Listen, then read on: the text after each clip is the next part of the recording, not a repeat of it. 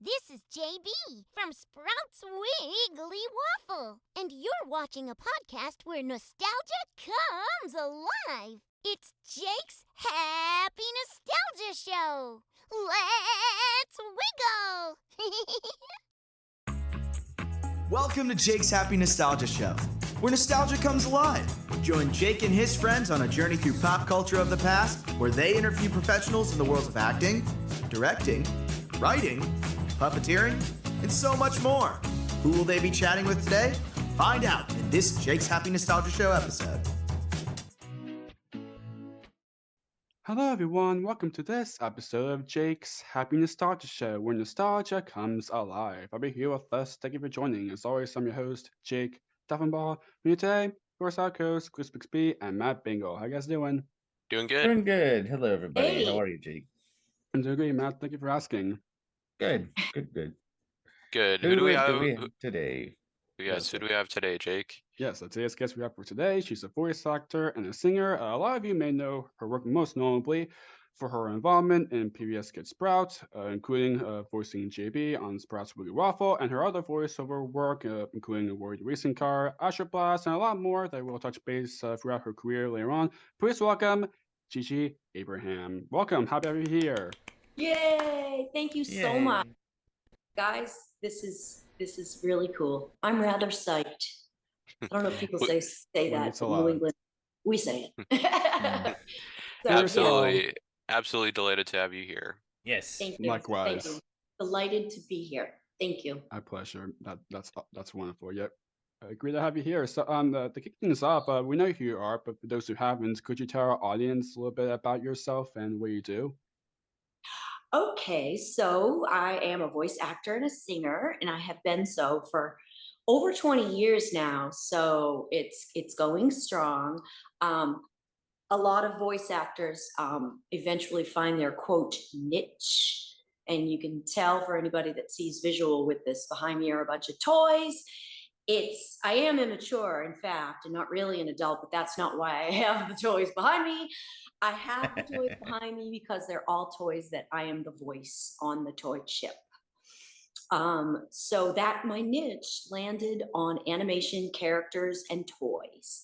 And that's been actually, even though I do straight reads, for example, I am the voice inside of some iHome products right now. So when you need to use an iHome vacuum cleaner, okay, I will be saying your dustbin is full. So I do some straight stuff. I'm telling you how to clean your room. I do some straight stuff, but really a passion of mine and a really kind of like a heartbeat, something that picked up real momentum for me was all the silly stuff. Not the least of which was JB Juice Box, when in the 2000s we all worked on a project through Sprout Preschool Channel. So I got to be the voice of JB Juice Box, and I guess we'll go into depth about JB and what JB does, but I had really warm feelings about that character. But just to give you a little general overview, so I ended up going inside of toys, everything, like I'll kind of go right here. This guy, TJ Bearytales, is pretty much the toy that was my first toy I ever voiced. And I ended up writing songs for 23 cartridges that go into this little guy and animate him being the voice. And Hasbro was so kind to give me credit. I'll still never, if you open up that toy and you have a copy of that toy and you look inside his storybook, my name is right there. And I just think that is like, it almost makes me want to cry. It's so cute. Anyway, so I got the real pleasure of being able to sing and do my first time I made up my boy voice. So I did that for the audition, and that kind of kicked everything off. And from there, I started pursuing agents. And one agent was, I am so sorry that I can't remember this agent because it was an agency that wasn't around very long. And I ended up getting an audition for VeggieTales, one of my favorite, close to my heart things, and I ended up Oh, yes. scoring it, landing the gig. So I got to be Nicky the Pepper in VeggieTales Christmas DVD, Saint Nicholas. Story of Joyful Giving. I was Saint Nicholas, and I also got to do an episode with Terry Crews, which was Celery Night Fever, a play on Saturday Night Fever. In that story, I was Laura Carrot, and nice. I was like, wow, I hope the real Laura Carrot isn't really ticked off at me. So I got to do it. And I absolutely loved that. I got to go to Nashville. I believe it was Paragon. I want to say Paragon Studios, and meet some super duper cool people, and do that. And then from there, there were auditions. I don't know if you guys know Scholastic Audiobooks, but they used to have absolutely. book fairs. Okay, so that's a United States thing. Yes, When I classic say book some fairs, of my Yes. UK Even clients, just think they about it, don't- it's such a nostalgia thing. Oh yeah. So I've probably narrated over 100 titles but they will. I don't know if it's my IQ being low or what it is, but they will not let me read a story that's for anyone older than the 4th or 5th grade. I don't know why. Oh no one wow, interesting. do that, but I really love 7th grade science. Please give me it. Give me it. So, anyways, so through that, I ended up auditioning. I got the Clifford the Big Red Dog. There was a TV series and a video series. So I've just gotten to do so many things. And then my ability to match voices, I've been able to match My Little Pony voice match, some of, different various ponies and stuff. So I got to go do some cool DVDs and some cool toys. And one ended up in a Super Bowl commercial, and that was like, whoa. I'm like, Oh nice. really Nice. awesome. That is a Oh, sweet wow. deal. So yeah, so I have been super duper fortunate and lucky and blessed and all that stuff to weave my way in and out. And I'm currently working for a toy company that has a product that's out right at the moment that's doing really well. It's called these curlables. I'm just lifting it up. It's basically a product. You can't see it very well. It basically plays peekaboo with the child, and it has phrases and commands that it's very interactive. The child will hug it, hug me, love me, Okay. that type of thing. So yeah, so it's cool. And yeah, so I don't know. I don't want to keep going on and on here, but it has been an enormously fun ride. Stopping last year, for the past several years, actually, you must know of Cocomelon, what Oh yeah, Cocomelon is. of course. Okay, so Yeah. the company that Hugely popular. Oh yeah. yeah, it's hugely popular. Well, Yeah. they have the company that owns Cocomelon also has other channels. Little Angel is one of their other channels, and I've done that I did that for 5 or 6 years, where I was the mom and the little boy, and that was basically singing nursery rhymes. And like I said, I can't seem to graduate from like 2nd or 3rd grade, but that's okay. That's okay. So I'm just like, the preschool lady, I guess. So VO, as everyone knows, it goes in kiosks, it goes in e-learning. I ended up doing some curriculum.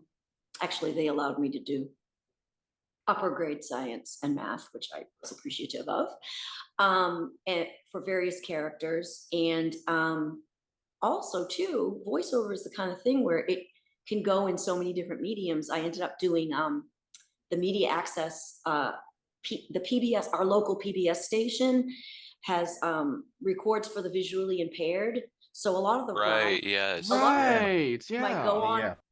on Disney when there's describers. So if you're in Pirates of the Caribbean or Caribbean, however you want to say it, or Small World or whatever. I don't know if I'm still there because I haven't been to Disney in the last few years, but a lot of those rides, I'm describing the costumes in between the actual narration. So if it's like Johnny Depp acting out a pirate scene, in between the actor's lines, I'm describing. So those little headsets that people visually impaired. So there's just so many ways that you can be in voiceover, and I feel like I have got to really do so much. And then just a quick story. So how I actually started even being in voiceover, I wasn't in voiceover. I was a singer and I worked in nightclubs and was writing original music and submitting demos to music libraries and to record companies and taking trips to New York and trying to be a singer. And eventually, believe it or not, from a cover band of all things, I don't know, the thing about getting discovered, it was a concept where you would be discovered back in the 70s when you didn't have reality shows where you could compete and get and make yourself known and broadcast yourself on YouTube and stuff.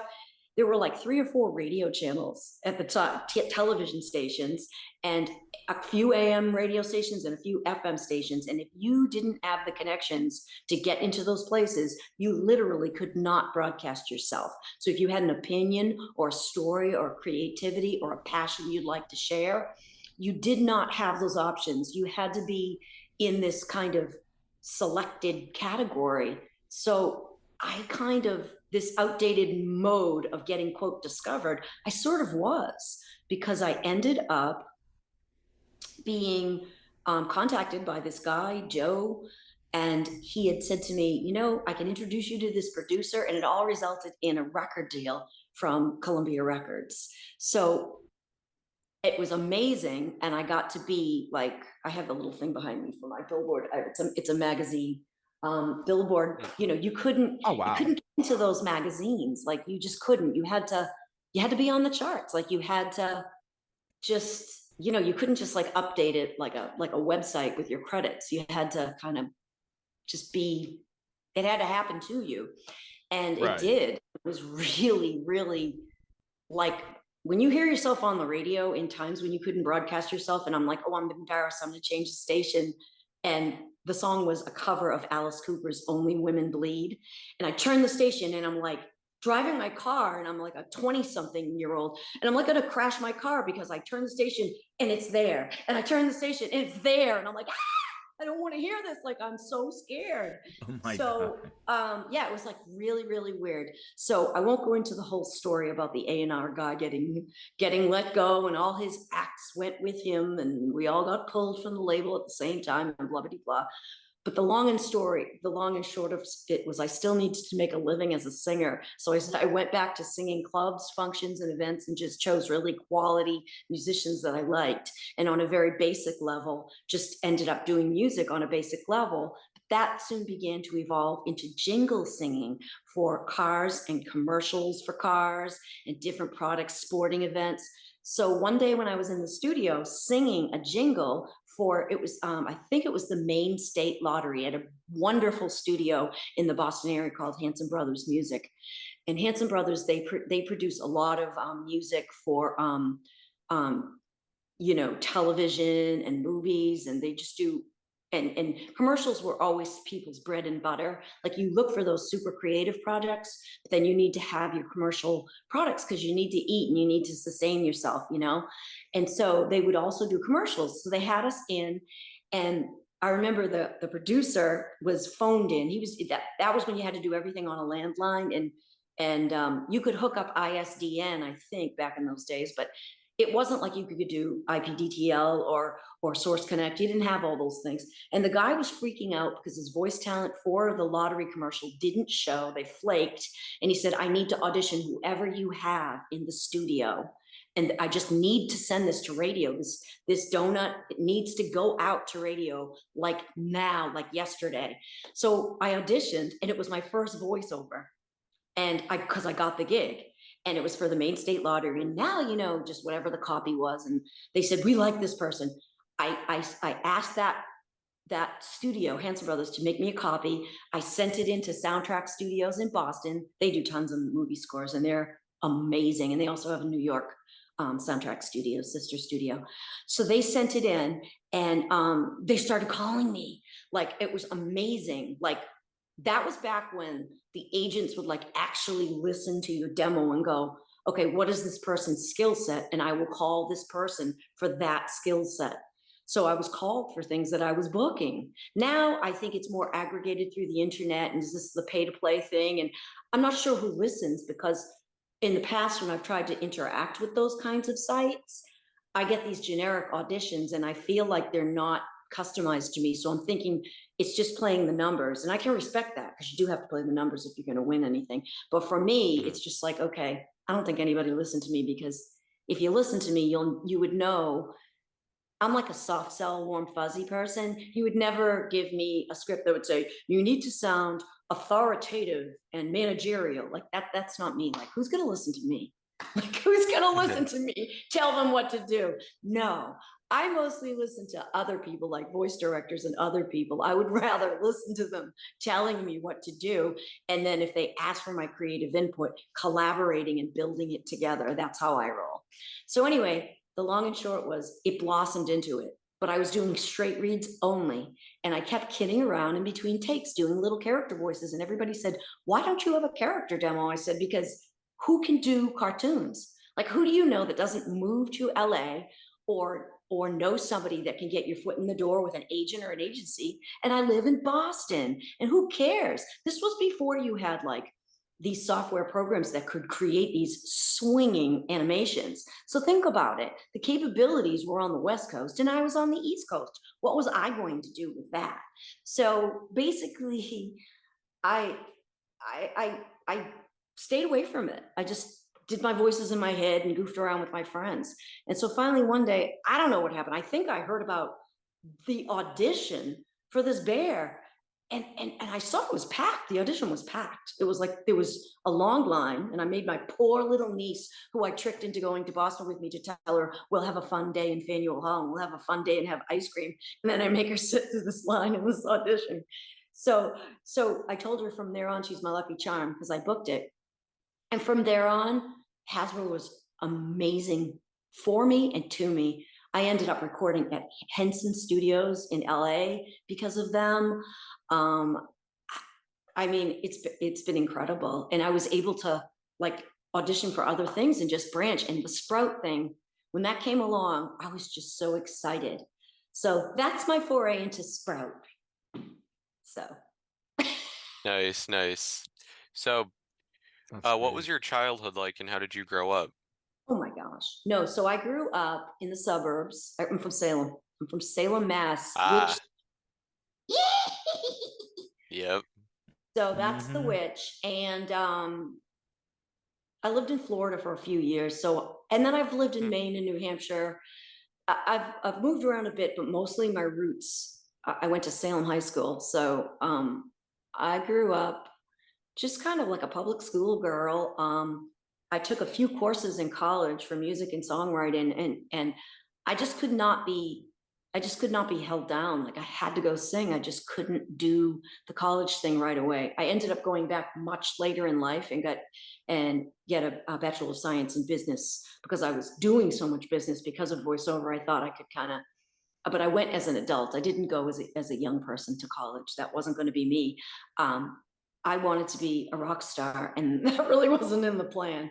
So I just did a vocation because I needed to support myself and make a living. So I worked days in a dental office. I went to a dental assisting thing, and 10 months and you're out, like a vocation. That was how I grew up, was you need a plan B.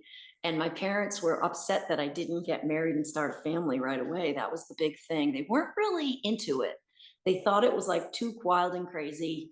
And, but I had a lot of fun with it. I had the typical childhood friends. We had both city and country. Back then in Salem, you still had undeveloped land. So we had fields in our backyard, and we caught fireflies in jars and all that typical stuff. It was good. It was good. And I always did choir in school, and, I always did the music stuff. I barely could hack any other class that wasn't like music or art, but I did get through it. So, Nice. yeah. And then, I married later in my life. I didn't rush into that. I just wanted to gig. I just wanted to be in entertainment to some capacity, and it would involve a microphone. That's all I knew. So Nice. this is rude. I want to ask each of you about your childhoods. Well, Oh my I'm gosh. born and raised in New England. I've lived here my whole life. Awesome. I've lived in Massachusetts most of it, but there was a point where I was little that I lived in Connecticut, but I've mostly lived in Massachusetts. Okay. Okay. Cool. Yeah. So you're I sick of was- jingles that you'll hear me, because I've been on a billion jingles that you'd have to hear till you wanted to throw up. So yeah, you gotta love the non-union jobs. They can use you in volume. They can use your Right, voice in yeah. bulk. Let's just say that. Right, So yeah. but I'm very grateful to have done those things. They fed me. They made me happy. No regrets. No regrets. So you're New England. You're Maryland. So what does that mean? Where'd you go to school, Jake? Oh, so I'm been basically my whole life I've been raised and still here in Calvert County, Maryland. Mhm. So that's where I've been and Did math. you go to audio production school? Well, like during like 11th and 12th grade, like last 2 years, I was actually I haven't really tell that story as much. Is watching, listen to me, probably your first time hearing me sing about this. Originally, I was a part of a oh gosh,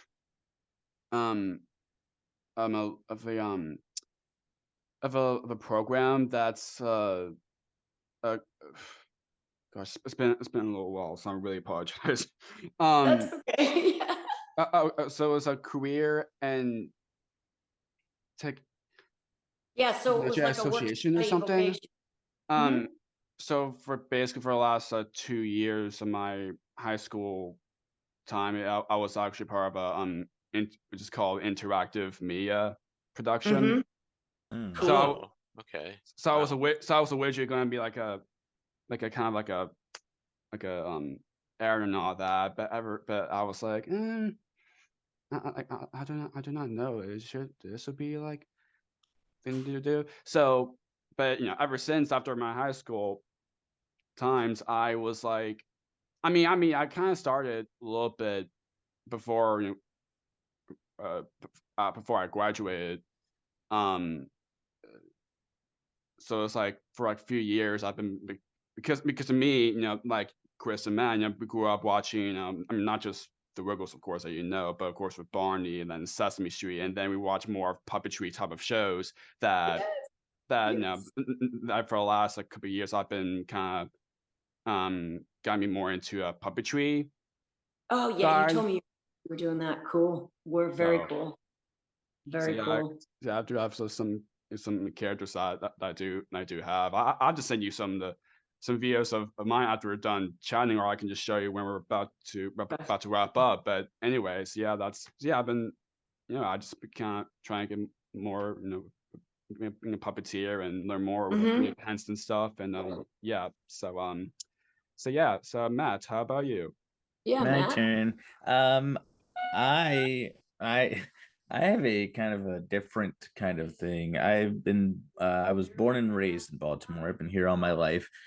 Um, I am also a puppeteer. I've been doing that for just over 4 years now, and I love it. I really do. But before that, I was a part of a program as well. Not the same one that Jake was. I was a part of the Academy of Finance program at my high school, and it was really wonderful. It took a couple trips. Went to Boston twice, Mhm. and I went to Pittsburgh once. Yep.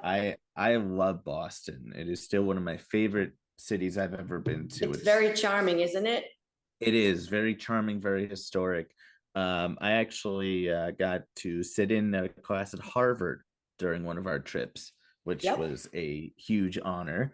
Yeah. I think I believe I remember correct. This was like 6 years ago. I think it was a microeconomics Mhm. class. It was only there for a day, but it was really cool just sitting in at a class at Harvard. For you Oh, I know. international, And the building's been there since like the like 1600s.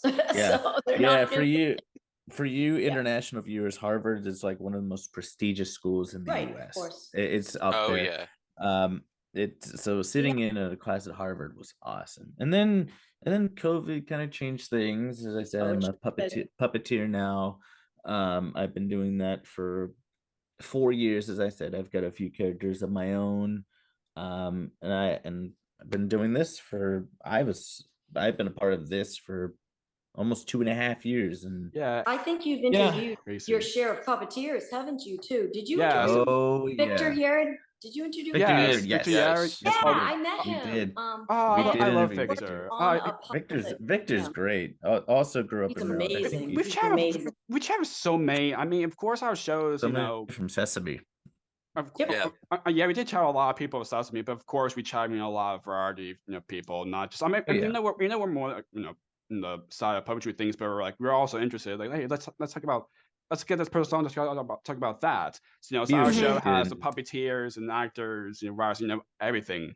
writers, So, directors, so literally, when you're gonna composers. see that list of like the episodes, you're like, oh my god, you're getting all these Right. different people. It is insane. That The keep people it we've as a gotten, especially nostalgia last year. way that Oh yeah. So Yes. because and yes, there because me and Matt actually are from Maryland. Yeah, to those who don't know, I'll say quickly before moving on. There are times that me and Matt actually met up in person. Yes. Two Yes, times. this is First time I'll at go ahead and the move my green screen back here. Yes, this is a green screen. People don't mind it. yeah See? yeah. So me and Matt went to the Jim Henson exhibit that was at Baltimore, and then second time we met up was going to GalaxyCon Richmond because the Blues Clues people was actually was there as a special guest on that. So Oh yeah. Oh, Blues Clues. Yeah, that's our show Yeah. too.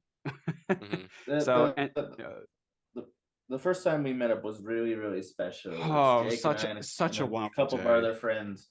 It was very. I know, yeah. very, very special. I remember when you Um, guys showed me the pictures of that. That was so cool.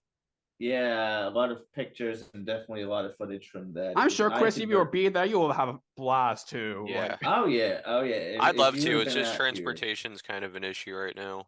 Yeah. I get you. Yeah, no worries. The exhibit. But if it itself wasn't was an issue, I would surely do it. Oh yeah. You would have loved it, and anybody else who didn't get a chance to see it, you really would have loved it. Basically, it's like Jim Henson's like career and whatnot.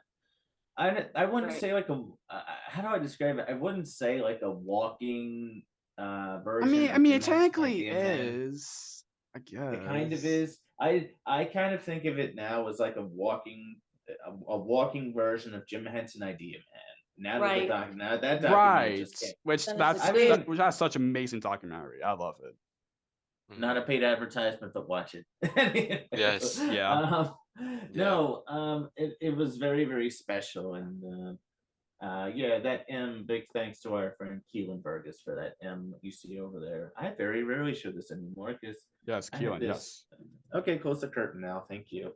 And Chris is right now at college, so that's kind of the three of us. Yeah. Yeah. Cool. Well, Been you're up doing a to, great so. job, and you're rounding up people, man. Oh yeah. Probably because sure. it's nostalgia, Thank if you. it was like stuff that was going on right now, everybody'd be like, I don't have time for this podcast. Oh, yeah. So, Oh yeah. Yeah. So Absolutely. Yeah. we're not in the throes of production with it. But anywho, so our Sprout connection. So we love Sprout. JB Juice Box, my favorite feature is her apple feet. Her apple Oh wedges. yeah. Yes. Yeah. Yeah. Oh, that's Absolutely. awesome. So before we talk about Sprout, I know we talked about it, a bit earlier, but with TJ Bearytales, like what was that like? Because that, of course, became such an iconic toy. Well, with TJ, we would do recordings several times a month. They were actually in Connecticut at a studio called Sonalists.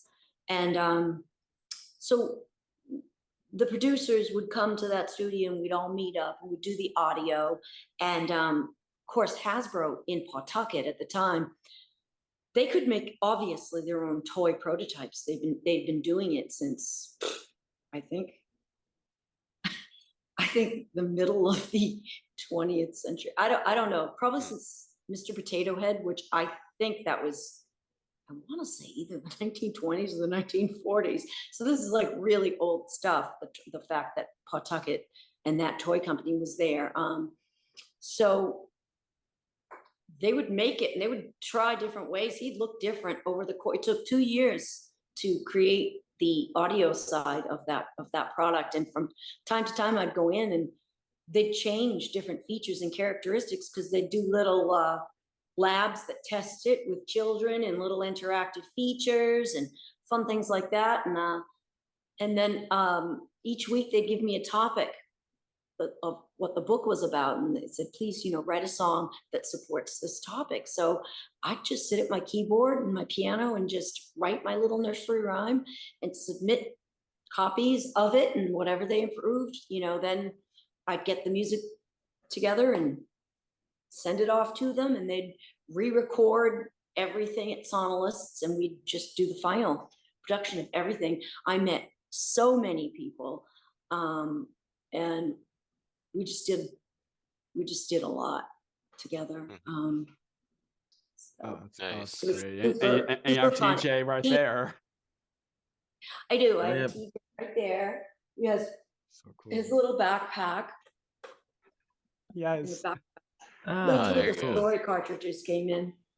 ah. Wow. The first TV commercial, I was watching The Wizard of Oz around Thanksgiving time, and I Oh, heard nice. I saw the commercial was during The Wizard of Oz, and I was like, because The Wizard of Oz was like iconic from my childhood, and I'm like, oh my gosh, TJ's there. So that was super cool. And then of That's course, great.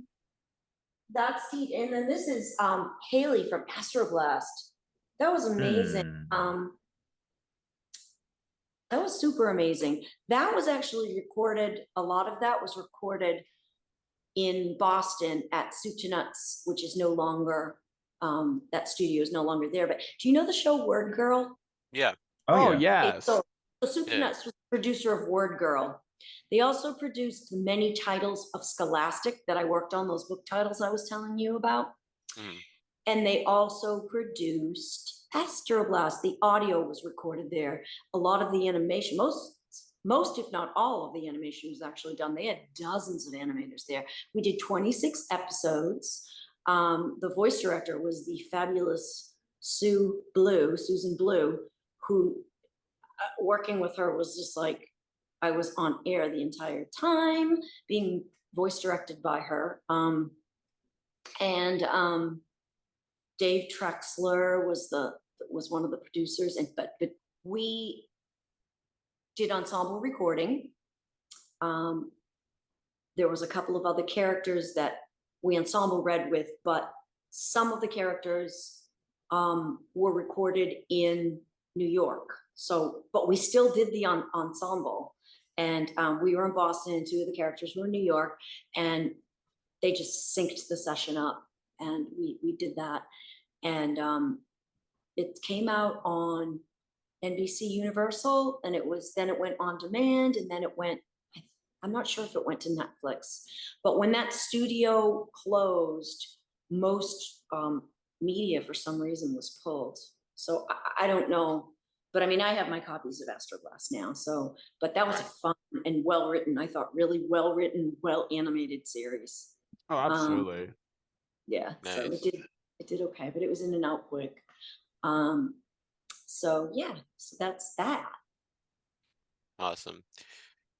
Nice. So moving into Sprout, you're best known for your voiceover work on the Sprout Network. How did you first begin working for them? So I contacted through the internet an agent at All Coast Talent, which I believe was in upstate New York, I want to say, somewhere in New York. She did a lot of work for PBS. Her name is Tony Silveri, and she booked a lot of children for a lot of PBS stuff. And she knew she was auditioning for Sprout, and she was considering adults because, as you know from JB Juicebox, she'd read names of children every day, multiple names. So the production schedule was heavy enough that I don't think you could lay that on an actual child. It wasn't like an interstitial or some small piece that a child could actually voice. because I think it would just have been, frankly, too much physical labor for a child. So I said, would you represent me? I sent her my demo, and she said, wow, I listened to your demo. I think you're great. I'll give it a shot. So it was only a matter of weeks, actually, that she sent me a couple of auditions. This was one of them. And she says, I think they're going to go with you, but just chill out. We'll wait and see what happens. She got a contract in the mail. We signed it. The rest was history. So she got me onto that show. And for her, I thank her very much for that, because it was extremely, I don't know, it was really cool being on Sprout. So I went to Philly, because at the time they were in a building in Philly, and had my first Philly steak and cheese in Philly. Oh, and nice. I'm gonna say no. I'm gonna That's say, as a great. Boston person, I like the cheese in my hometown better. I don't know. So yeah, so they showed me some of the sets, and the Wiggly Waffle set. I thought that was really cool, that whole waffle. Oh yeah, no, for Oh, sure. And the oh, Wiggles, yes. and the Wiggles, I mean, could you be more charming? Like the Wiggles. Hello, the original Wiggles, the first version. And there was this segment, where's Jeff? Because Jeff was always taking naps. And where's Jeff? Oh, are you talking about the Let's Come Here Action series? Yeah, Yeah. that's it. So that was always really Yeah. fun. And I just like that JB got to, like, they'd pop out, that each Wiggle would pop out of their little section of the waffle. Right. And there'd be, okay, JB, today we've got what? And he'd just like, she'd do on, and she'd do her thing, and she'd do her little dance, and she'd announce whatever Wiggle, whatever mail came in, she would read from her mailbag, and she would announce it, and then they'd show the kids videos, and the kids were like explosively excited to do those videos. And just the thrill it must have been for their parents too, to see them on the network, because again, still people didn't broadcast themselves as much even back then. Now it's like everybody's out there, the whole world. It's like, hey world, hello everybody, here's everybody. Back then Right. it was still a little bit selective who could be in front of you. And I just remember the kids, some of the toys, people would post videos of TJ Bearytales, and it would almost make me cry. The little boy would, or little girl would be like, I love you, and they'd kiss TJ's little snout, and I'd get to see that, and it was like, like melted me. It was like genuine child love, like nobody's, it's just kids, because kids rock, because kids totally rock. That's awesome. Yeah, so yeah, I loved it. Sprout was a very, very conscious, it was a lot like a lifestyle brand. I don't really like marketing terms, but the truth of it is lifestyle brand, because you'd have the good morning stuff, you'd have your midday programming, then you'd have the good night with Star and everything. And Nina was also Station, lovely, they're such so wonderful people. lovely, and Star was just a cuddle bug. And yes. just adorable. Like, I love the adorable. I love the adorable. Life's harsh. Life's harsh. This is not harsh. So Right. Sprout is a cool place. And the first air date of it, the Wiggly Waffle, when they had Leo Sayer, actually, because he's from Australia, so the Wiggles probably contracted, or at least contacted, Leo Sayer's people. When he ever got on and did his You Make Me Feel Like Dancing, yes, in the Wiggly Waffle, yeah. They didn't tell me, because I'm just the voice talent. They're not going to tell me every bit of their production and what I can expect for that first episode. So I watched the premiere, and I didn't know. I think I like screamed and almost lost my voice, because when I saw him, I was like, and I cranked it up. We had these our new surround sound speakers. They're probably really crappy now. They probably weren't even very good, but we thought they were good then. And I cranked it up, and he's doing all that, and I'm running around, and then JB comes into the frame, and I'm like, oh my goodness, this is very gratifying. Very gratifying. That's awesome. Yeah, so it was super. Because because of the Wiggles, and I mean, we kind of first kind of got familiar with Leo's work because of his involvement to be part of that. No, see, you don't understand. Leo's music Oh, came yeah. out when I was a child.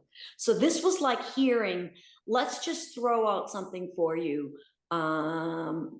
Maybe for you, Justin Timberlake, or even older Backstreet Boys. Oh, Yeah. Backstreet Boys. Oh Oh, yeah, of Okay, yeah. okay. course. Yeah. So Yeah, we picture know that. yourself this child, and this is coming out of like your mom's radio or something. And so it's like your childhood memories like that. And so then he's coming out, I'm seeing his video, and I'm going, this is the sound, you know, that cliche, this is the soundtrack to my life. Of Yep. like hearing Leo say, or being the soundtrack to like my childhood. And I'm going, how am I connected with this? How did this happen? So it's always kind of cool. yeah. It's always kind of cool. So I am not the Yes. puppet, JB. I Right. don't even know who that person is. So maybe Right. that person will make themselves known sometime. I'm sure they probably have. They're probably on IMDb as a physical actor. I don't know. I don't even know. I don't know who was inside that. It wasn't me though. I was literally just voices. So it's amazing how it all works together to produce something. That smart producer, like one of the producers, Meredith Halpern Ranzer, she, you know, obviously, you know, they're putting these things together, and they're just like, they know what people want to hear and see, that's for sure. So it's what you leave. It's not just what you record, it's what you leave on the editing floor. All those choices to omit can really create something that works. And they always obviously knew what they were doing with it, because then it went on to be, I think, acquired and moved. So when things grow, you're sad to see them go, but it's just because they got bigger and better. That happened with VeggieTales as well. It was very much Phil Vischer, you know, the creator and stuff. It was very much Tennessee and all that way, Nashville and in that way. And then things get acquired and they move to Los Angeles and they go Hollywood, but that's because they became a success. But one version of it has to unfortunately end before the next version can start, like the Wiggles, the original Wiggles. So they were replaced by their younger, new, more relevant, if you will, Right. contemporary set. And it's fresh and it's fun. And we all have our comparisons and our loves for the past, but I am sure of it that the kids that are taking in the new Wiggles may or may not. It's like when I talk about Rudolph the Red-Nosed Reindeer or some things from Peanuts or Charles Schultz. Some of the little Oh, yeah. girls, boys down my road in my hood where I live, they're like, ugh, I wouldn't watch that. Like they really dislike it very much. It's not their speed. It's not their choice. It's not what they do now. They're like probably thinking, where's the CGI? And why is there so much space between each line of dialogue? Because things moved more slowly then. Right. They were Right. And it was a different time. It was a Yeah. different Oh, yeah. time. Yeah. absolutely. I mean, I know, of course, going back to Leo for a second, because Leo, he did, he did like original song of dancing, Tons. He had and the tons of Wiggles it. got to like kind of cover, and Leo doing that, it was so cool. And I've honestly have no idea who's the one who's do the body for JB. I feel like it probably is one of those body performers for the Wiggles that they need another person to be in the body Okay. who worked Okay. with Maybe. who worked with the Yeah, it was Wiggles in probably that someone time. that worked with, it was probably someone that worked with the Wiggles. That's what I think. That who was like a Maybe. backup performer. Yeah. If like for example, if like the primary body performer for Dorothy or something can't do it, the backup performer can do that. I feel like that performer was doing JB for that. Mm-hmm. So I think that's kind of I think that's probably what they did. Yeah, that would make sense. And That would make sense. talk about since we're kind of already talking about Wiggly Waffle, I'm sure a lot of Wiggly Waffle fans are like want to ask, so what was it like, for JB, got to do like some of the segments like Juice Box Pick and the Oh yeah, I Fifth liked Wiggle that. and Wiggly Waffle toppings, those Right, segments. right. It was really fun because I got to kind of riff on my own. Like they'd send me the copy and I didn't actually go there for the segments. I still did it in my booth at my Right. studio. And that would be sent to them, and they would directly broadcast that after they processed it and put it into their visuals. But Exactly. I loved doing the spots because it was, JB got to be like really having a conversation with you now, not just reading your name and a shout out goes to Meredith. You know, like it wasn't just like that. It was more like, okay, so today, you know, she really got into her thing. And I don't know, it was just more for her to, I don't know, I would always visualize like my favorite young person at that time and just talk directly to that person. So that's what I would do. Whenever I would do JB, I would sometimes I would have pictures of children right beside my copy. Like I didn't do it on a tablet, actually. It was in the olden days, I did paper scripts, if you can believe that. I didn't have to, but I chose to. Because I used to like write notes about pronunciations of names because we'd have to go over because some names aren't intuitive. Or names of places, you know, cities and towns that I don't really, you know, Terre Haute. It's like, oh my gosh, how am I going to say these names? So I did it on paper. So to have it on a music stand, and I put a little child or someone that moved me or touched me at that time, and I basically, that's what I did. I just spoke to the kid. Just so JB got to pour out her affection for the whatever child I was focused on. So that's what she did. That's what. Nice. So that's great. Because you kind of before you got to be doing JB and all, because of course you already kind of said about that you already familiar with the Wiggles and all that, because you know there's some great songs that Wiggly Waffle got to put on. By as a Wiggles fan's perspective, do you have any favorite like Wiggle songs? And, you know, they had crisscross applesauce. Did they have crisscross applesauce? I don't think so. I think you know, so. To be really honest with you, before because I wasn't of the age group for the Wiggles, I was older than that. I really wasn't.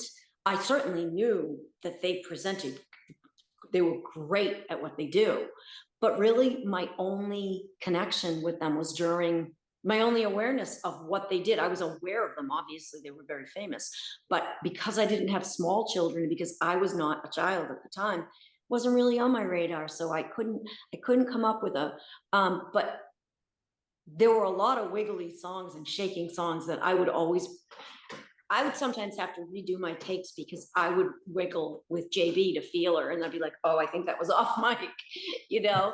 So, but I think they had, I love the good morning, the opening song. The theme song. So high energy. Oh my good gosh, morning. you have to feel like, jump out of bed. Good morning. Yeah, totally. That's a great one. Totally. Yeah, and the Spiral Around the Clock song. Oh yeah. Yeah, okay. Yeah, you'd have to bring up the titles and I'd go, I remember that. Yeah, so yeah, to be honest, I didn't go too deep into their music and stuff, but I'll tell you, they really had a really, really great, wholesome, like happy way. And it was like that Sesame, it wasn't like Sesame at all, but it had a thread in common, is that they always like seemed to love their audience and never condescended. Like some of the children's material, I don't feel like the love or whatever, for lack of a better word. Like, I don't know how child focused some of the acting is or whatever. And I feel like the Wiggles could make you feel important if you were watching. Mr. Rogers was at the heart of many people in my generation. He could make you feel like you mattered, and that whatever you were thinking or feeling was really okay. Like you didn't need to be like, you know, you should be nice and you should be kind and everything, but you shouldn't like be apologetic for whatever it is you're thinking and feeling. And I think kids, we're all kind of, you know, that first time at school, all those firsts that you do as a preschooler, like all those firsts, the first time you walk into a big classroom with chairs that's not your own living room, you know, the first time you have to sit and eat in an area with all those other people, you know, the first time that you're like you have a favorite character or whatever, and you go to school and people are like, I don't like that one, I like the other, and you can't even believe that they don't love what you love. Like all those first times is like, how? You I know? know, yeah. So Right. I think people like children's media is a beautiful thing. Yes. I used to, this woman, Livia Beasley, she headed up the Children's Media Association in New York, and I ended up being a volunteer board member. We were experimenting with launching a Boston chapter. So we had many meetings and we tried really hard, but the New York thing, because people worked, it was so crowded and there were so many people working in children's media in the same location, they were able to have meetings and launch it there because they could have networking events and presentations and people would show up. Boston, it's really hard to connect sometimes. If you know Boston at all, you know the roads and the parking, and people don't always commute by public transportation like New York. So they're not clustered together in the same way. And it proved to be a little difficult with that. But that aside, she started the Children's Media Association. And I think that she would have you should check it out because you guys would love it. You might even want to join. She would have tons of the best speakers come in, giving the most wonderful presentations on anything and all things concerning children's media, television, puppetry, makeup, molding. I mean, just every single thing. Obviously writing, she was a writer. Obviously TV producing, pitching series, animated series. And this was like a forum. And I feel like getting back to that mission of like Mr. Rogers, of really saying, what is it that's special about people when they're that age? I feel that people that can really feel that and that really care about that and have a passion for that, it's pretty rewarding to work in this field when you have that. If you don't have that, it doesn't mean you can't do it. It doesn't even mean people won't like you. It doesn't mean you won't even be good at it, but it's not as rich, nearly as rich an experience as when you just want to be in the room. You just want to be doing it. So that's kind of where that one. Yeah, you might want to check them out. CMA, Children's Media Association. Oh my Absolutely. gosh. I mean, Mr. Rogers, that program is it's just so Oh, wonderful. I You went to got- his movie in the theater and I was like crying in the movie theater. I'm so sappy. Oh. His life's so beautiful. Yeah. I believe he is also. I'm in the Beautiful Day Neighborhood. Is that one? Yep. Yeah. I have a DVD of that. I remember watching that a lot of times. It's so Beautiful. so great. So awesome. So going back a little bit to JB, I know all Sprout friends are wondering. I know you did a little bit of it earlier, but is it fine if we can hear a little bit of JB? Well, today's Wiggly Waffle pick goes out to Matt. Matt is turning 5. Let's wiggle! Oh, that's I awesome. don't know, was that close? That was a long time ago. Okay, Oh, so yeah, me she too. was crazy, and they always wanted her more high pitched.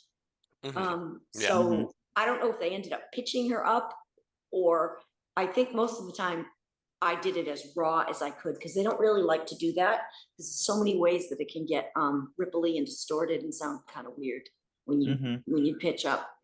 But oh my gosh, well I hope that I read some of your names. Oh my gosh, did I read anybody's name or no? Not you guys. Did you send it? Honestly, Oh, it was so long ago I can't remember. I don't think I ever It was a did. long time I ago. might have. I remember I sent something into Sprout, but I can't remember which block it was for. It was either Wiggly Waffle or Sunny Side Up Show, but I can't remember exactly. Gosh. But I So- think I might have sent something in when I was little. Yeah, well, I do. I remember that a lot of the names that were popular at that time because I had to read them, and the kids were psyched because a lot of the parents would, after the Waffly show, they'd end up on YouTube with the video, that they put them up. Yeah. Yes, a good friend of ours, Lance. I remember that you sent that video to me. Oh, I'm actually friends with him. Yeah. Oh, he's So great. I'm grateful for being able to mean something to someone. So JB is grateful. I don't get to see that, when you're a recording artist, it's not a live performance. Live performers and stage performers, and if it was like Sesame on Ice or something like that, you're getting to see the excitement on children's faces and the joy. When things are recorded, you don't always get to see the happiness, but happiness and joy is a good part of life. So if I did one grain of sand toward that effort, I'm good with that. Absolutely. More than That's good. lovely. I am more than good with that. Yeah, Wiggly Waffle is such a wonderful blog. So it's great. So now Thank you. I shouldn't say thank you. I didn't do anything really. well, thank you, JB. Thank you. So What else? so now So funny story. So I can't remember if this was with JB. I think it might have been. Somebody had me call their child for their birthday, a good friend of mine that watched Sprout, and call them for their birthday and wish their daughter a happy birthday in JB's voice. Oh my God. Oh, really? You know what their daughter's reaction was? What? That's great. Daddy, that's not how JB sounds. That's not the real JB. Oh, wow. One of my Interesting. friends, yeah. No. Yeah. I'm thinking I think it was his daughter, Kenzie, his little daughter, Kenzie, my friend Dave. And yeah, and Dave? they don't. I've heard similar stories from other people that do voiceover. They people beg them, do it. And they don't want to do it. They're just like at a cookout or a barbecue or a bar, or they're anywhere. Okay, I'll do it. And then they do it. And the people go, that's not what it sounds like. It's like, I'm sorry, it's me. I don't know any other way to tell you. So it's just funny. So file this under what things sound like is a subjective experience. File that under subjectivity. And that's a battle and an evil. A battle you will fight in the arts is subjective. What's good and what is not good. It is a subjective opinion. So unlike a sport where the person either put the ball in the hoop and scored the basket and everybody saw it, or it bounced off the backboard and it didn't go in. Arts is not that way, man. Arts is not.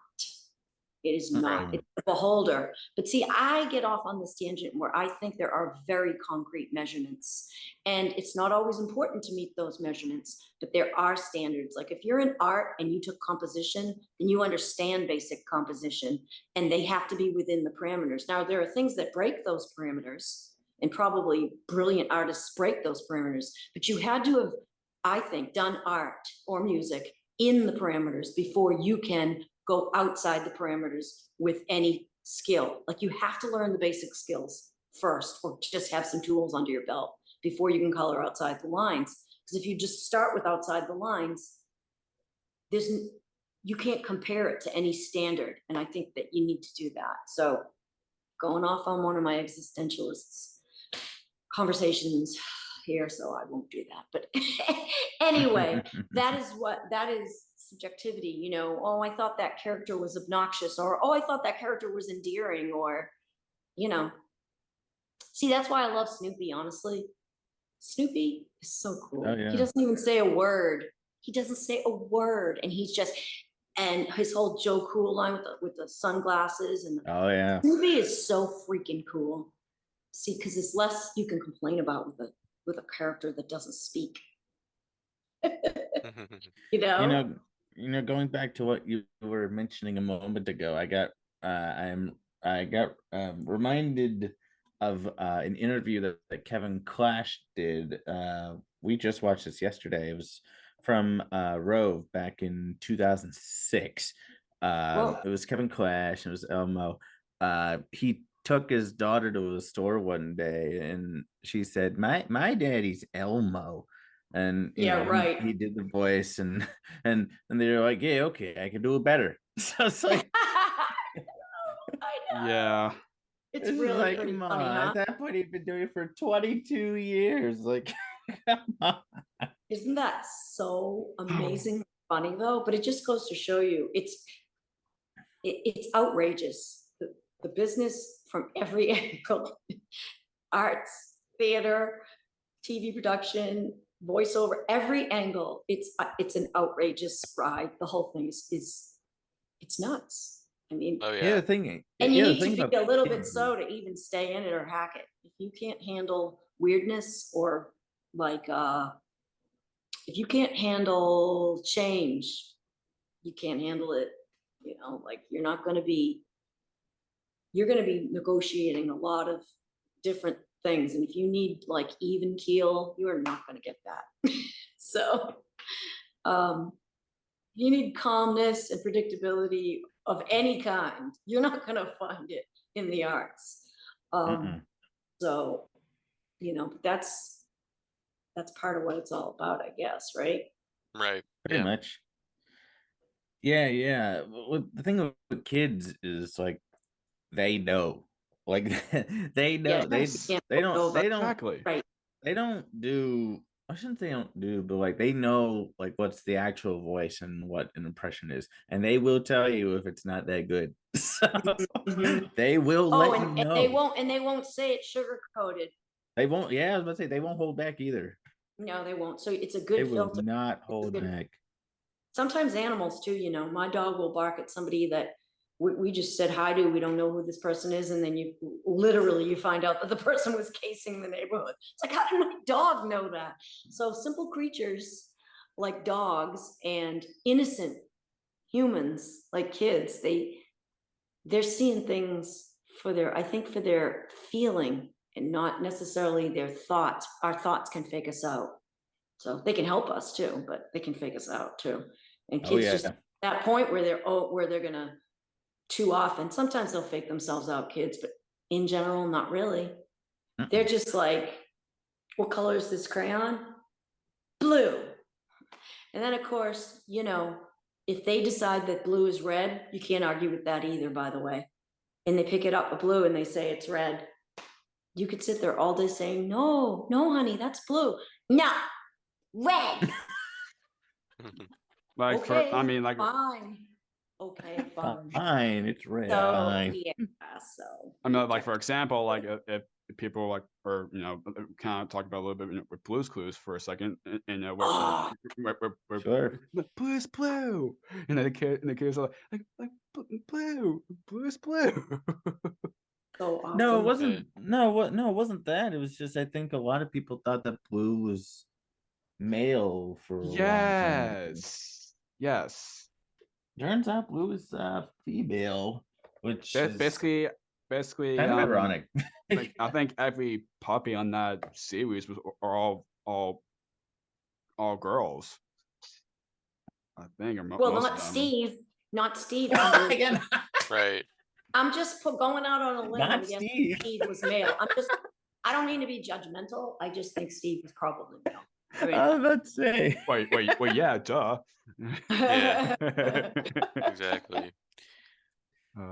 Exactly. So you also lent your voice to several promos for Sprout, including the Super Sproutlet show. yeah. Yes. You kind of talk a bit about that. I can't because I don't. What year was this? Like, I really don't. I remember that we did it, but I don't. 2011? Probably 2011, like 2012 around there. 2011, 2012, I think. Yeah, after like Wiggly Waffle ended. I don't even remember the setup for it. Like, Or something like that. what was the mechanism? Like, how Oh, did it's it do? like so it's like we're a main character named Bean, and like it's basically kind of like the blog was like where it's like they kind of promote to have because usually at like every like first part where they show Lazy Town. Mm-hmm. There's like so it has where Sporkus and the mayor saying to the and Bean and then Bean was like visiting some of the kids from different houses or something. It's been a bit a last time I watched it, so It was around the time I'm gonna say that's probably a good thing for you, Jake. We're all relieved. We're not It gonna was- have it was to around the time call that they today bought and Lazy just Town. go watch that. It was around You the know? time that they bought Lazy Town to Sprout. yeah. So part of that's after like Wiggly Waffle like ended or something, Right. and then switch it to that for Lazy Town. So that's Oh my kind of God. what that block is. I mean, I did grow up a little bit because I remember watching Lazy Town because of that block particularly. So yeah. So more or Yes. less, Super Sproutlet was just it was basically just a script that I read, like I read other scripts, but it's what they did with the end result and how it presented to you visually that would make it different. For me, it's just JB doing JB. You know what I mean? It was sort Exactly. of one dimensional for me. That's like every Yeah. character. I mean, as one dimensional as a person who has apple feet can be, I want to know Yeah. how the actor inside of the suit moved with round feet like that. Well, you know, I mean, I'm not a spring chicken. The memory goes. Now I have to look for roles where I'm an old woman and just put on a gray wig and glasses and, well, that's the typical though. That's the cliche old. I guess there's a new old, right? So you know what I do? I look to the commercials for medications, incessant television commercials. So I look at what seniors take for meds, and then I look at those men and women in those ads, and I say, okay, so that's grandma and grandpa now, not the lady in the rocking chair with the curly wig. You know, that's Betsy Ross that sewed the American flag, you know, with the granny glasses and stuff. Right. That's your great grandmother's grandmother once removed from her grandmother. That's that. Now it's like, you know, so I have to find roles like that, and it's hard because, you know, I guess somebody has to be those roles though, right? Because somebody's in. If you do anything about a family, there's that role. Somebody's Right. that person. Right. Absolutely. Mm-hmm. So moving on to more of your later work with Sprout, another thing we talked a little bit about earlier was Astroblast, where you got to voice one of the main characters, Halley. Yeah. What was voicing her like? Voicing her was super. We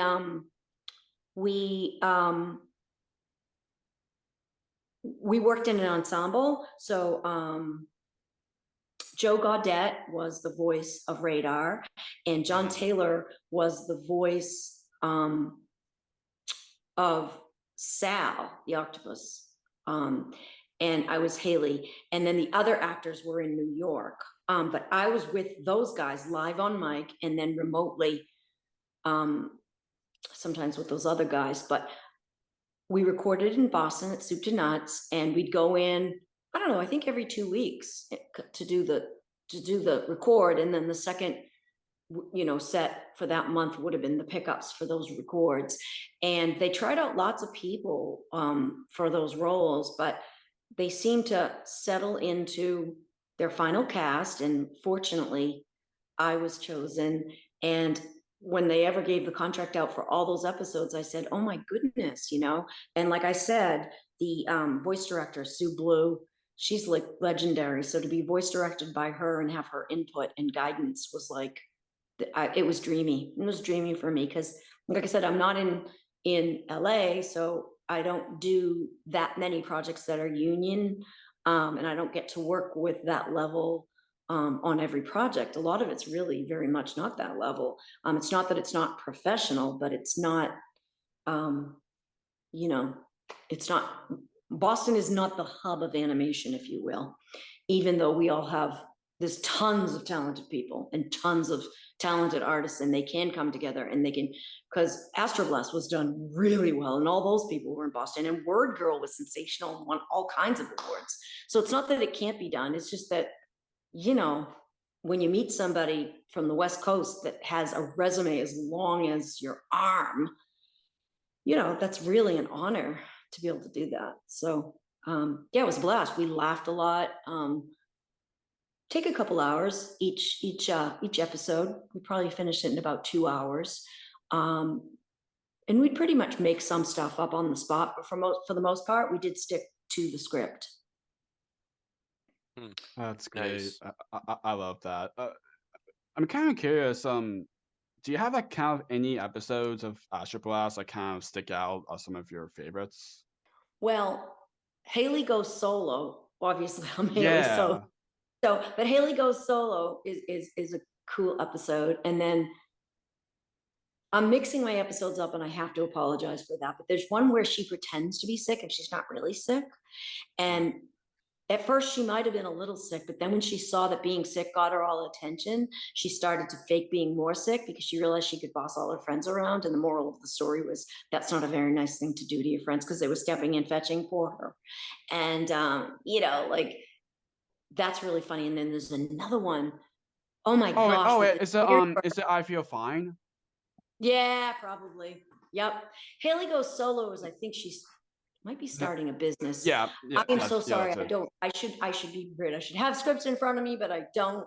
I have them in a bin somewhere because I did not throw out. They were hard copy and I saved a bunch of them because I thought if I ever teach a workshop or of any kind, it would be so great to have the real scripts from Astroblast, the actual, and have Oh, people yeah. around students reading the actual scripts. So I did save them, but turns out I'm not a teacher.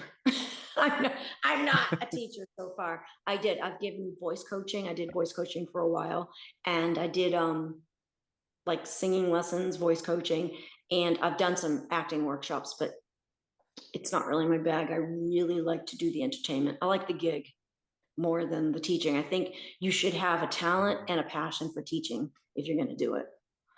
Right. So I don't think it's just something to be taken lightly. Like, yeah, I've done this and I can sort of show you this or whatever. I mean, that's like light coaching, I guess you'd call that. But teaching is its own thing because teaching is about finding the way and imparting knowledge to you in your specific way that you learn. And that's an ability and a talent. So the other person's different from the person that's teaching. And you need to figure out who that person is and help them come to that place in themselves where they can bring out the best of what they are, not just emulate what you're doing. So, but I actually, speaking of emulation, I've learned most of what I've learned through emulation and hours and hours and hours with headphones on, listening, and then listening. And just record myself. What are they doing? And then breaking it down and saying, what did this person do to make this sound? Where does this sit in their voice? What are they doing?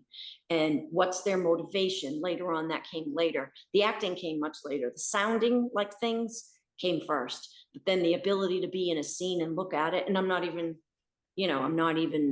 there's people that are amazing at it. I'm like, okay at it, but that's a whole other, the acting is a whole other piece. There's sound and then there's acting. Just like, in my opinion, there's music and songs, and then there's just sound. I mean, there's been a lot of productions that I've heard, like electronica, that you can just hear click and point, drop and drag. I don't even know why it's sequenced the way it is, but they're just doing it. It just sounds. Then I hear something that's been arranged with an arranger and produced with a producer, and I'm like, that's music. I mean, again, we get back to subjective, but I just think there's a whole lot more that goes into things. That people don't see. So then when they see the end result, their response is, wow, but they don't know what's behind it.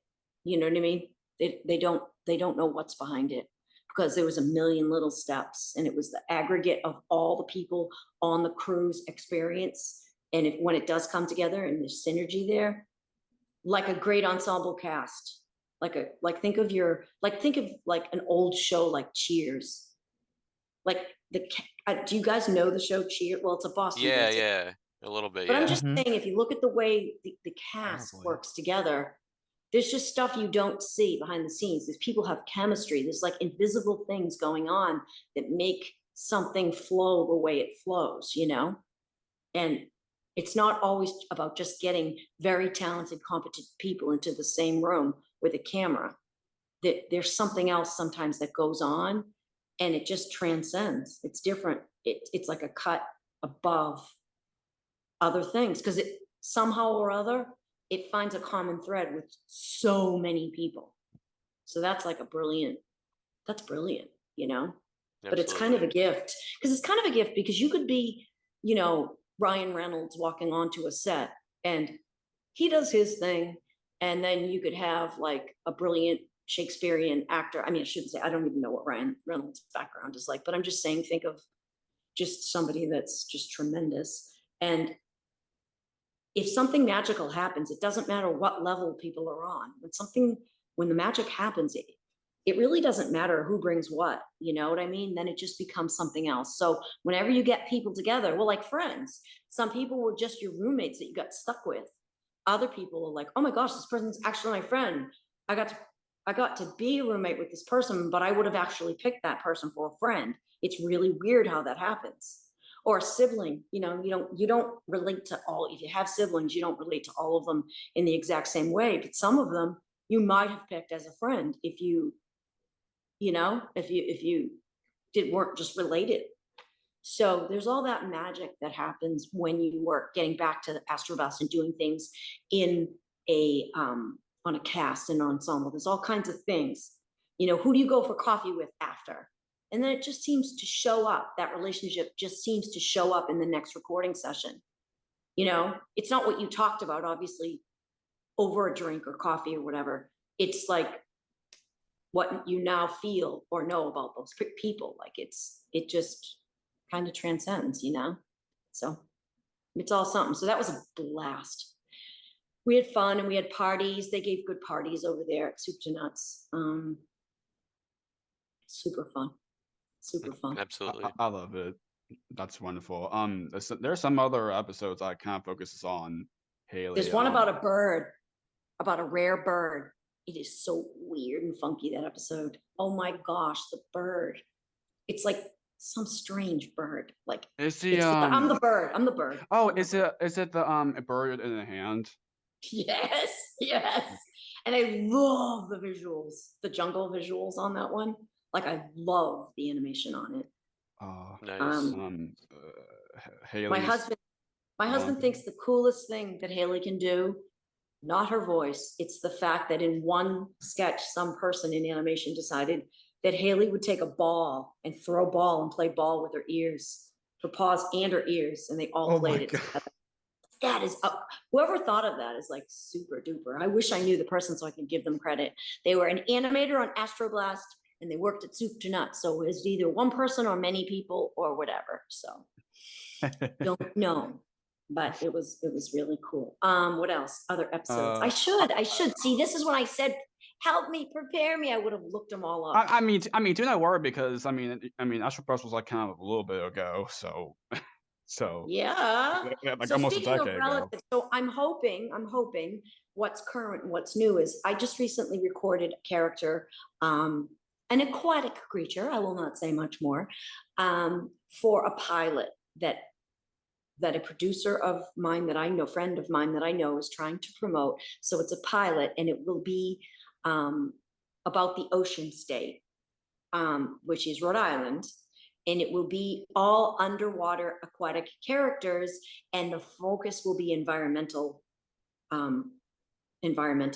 focus. So they're funny and they're cute, and he's working on the pitch, but these things can take quite some time. So we're hoping that Rhode Island PBS, maybe someday we will start there.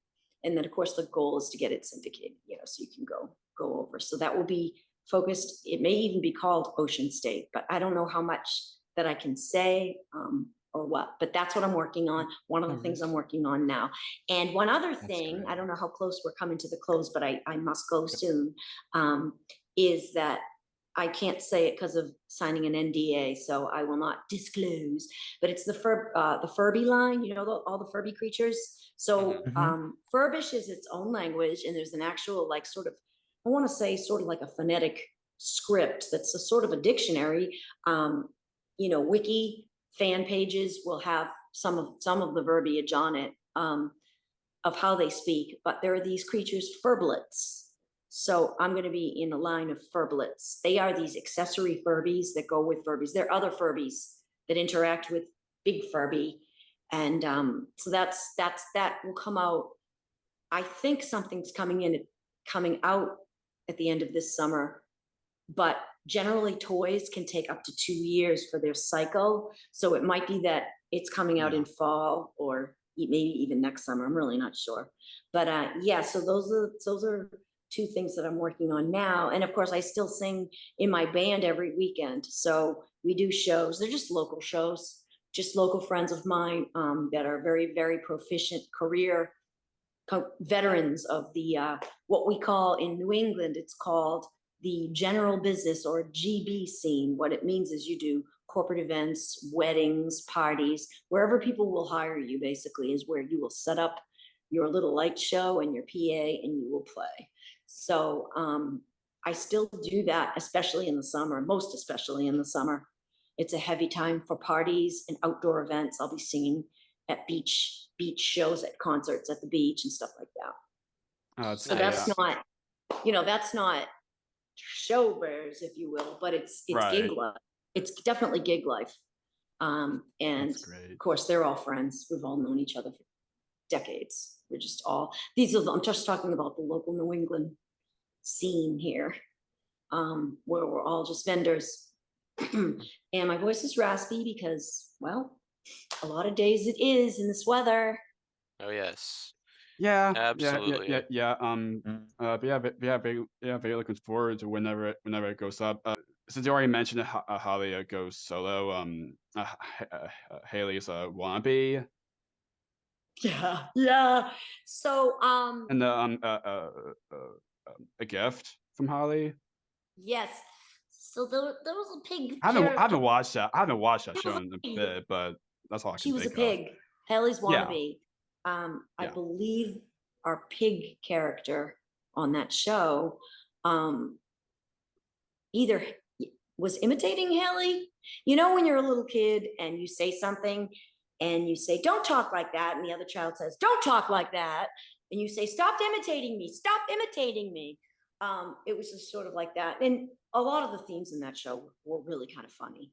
And it was fairly quick moving. So it wasn't one of these very, I think the issue was that it really wasn't very preschool the way it was filmed. So so that was Haley's wannabe.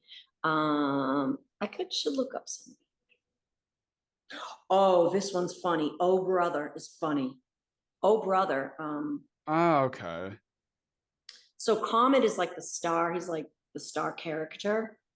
And Wayne Grayson was Comet.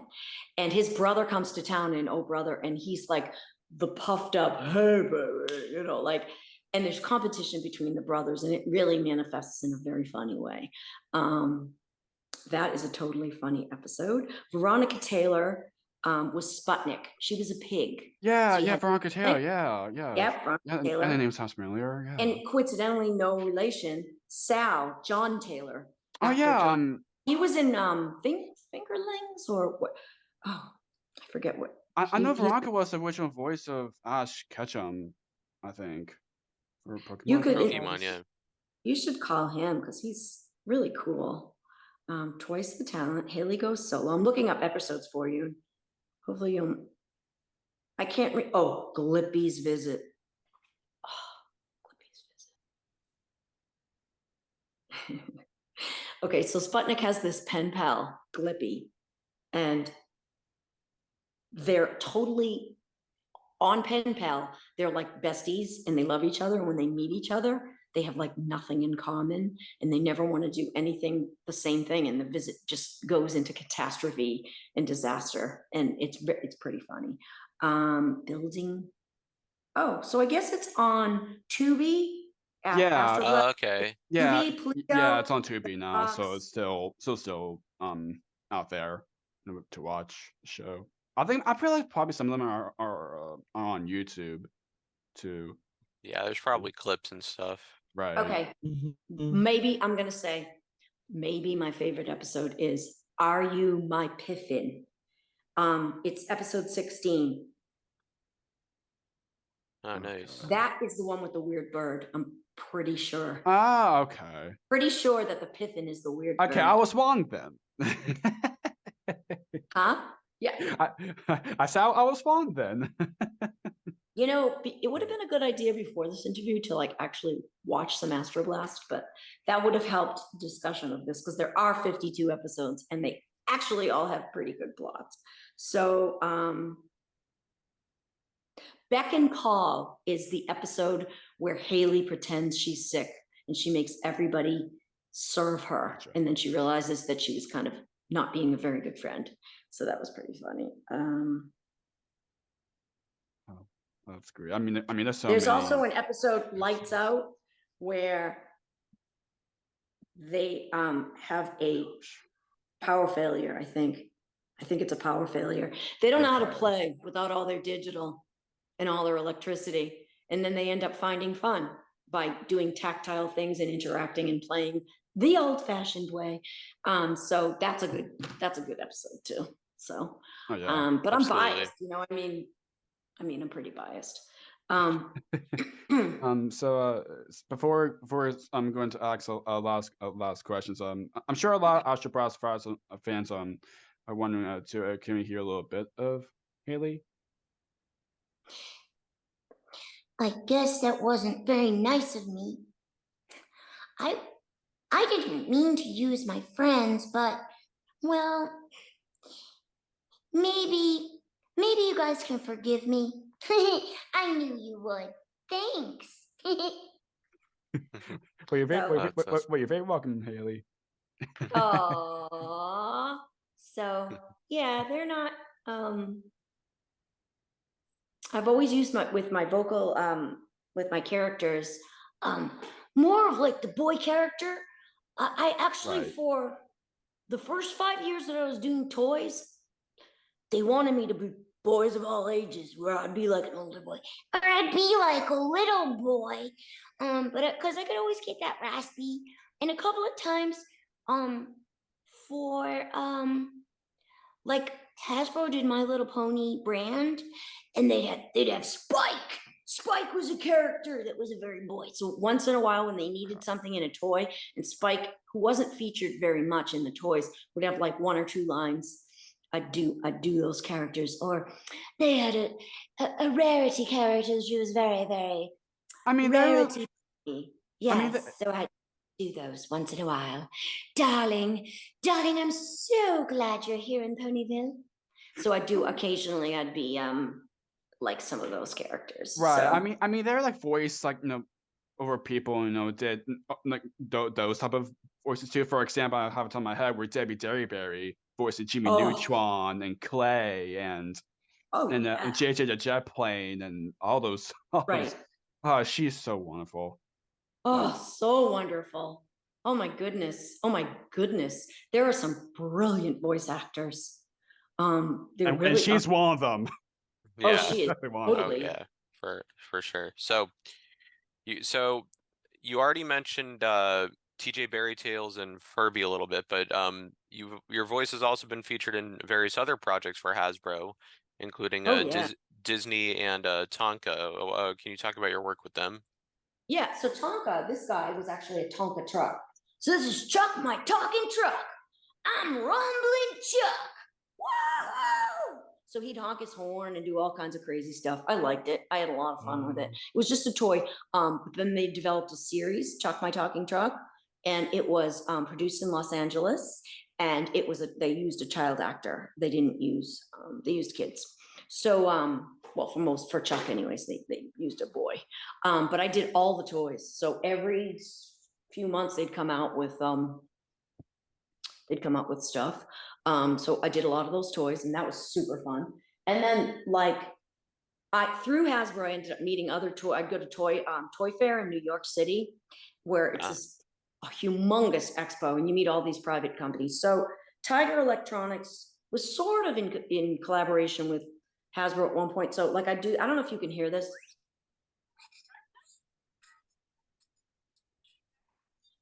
A little tiny bit.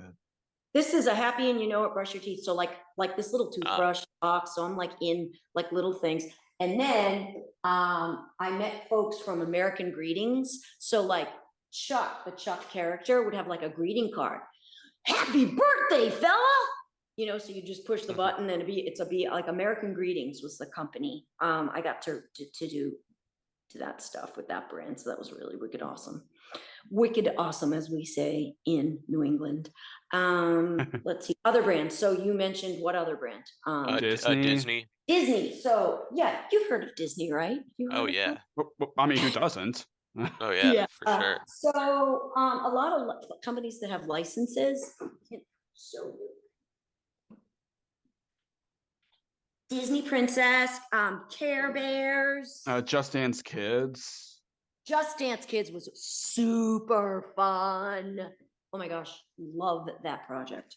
All right, so Disney. So if you ever go into like, you go into stores like TJ Maxx, Marshalls, those types of stores, Yeah. and you'll get like a headset with it's either a preschooler's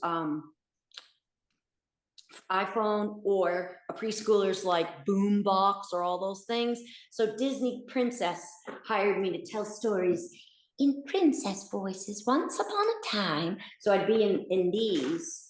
And I've had to do like sound alikes for like Moana and different characters and sing little songs. So I do I'm inside of a lot of these, and these are Disney line.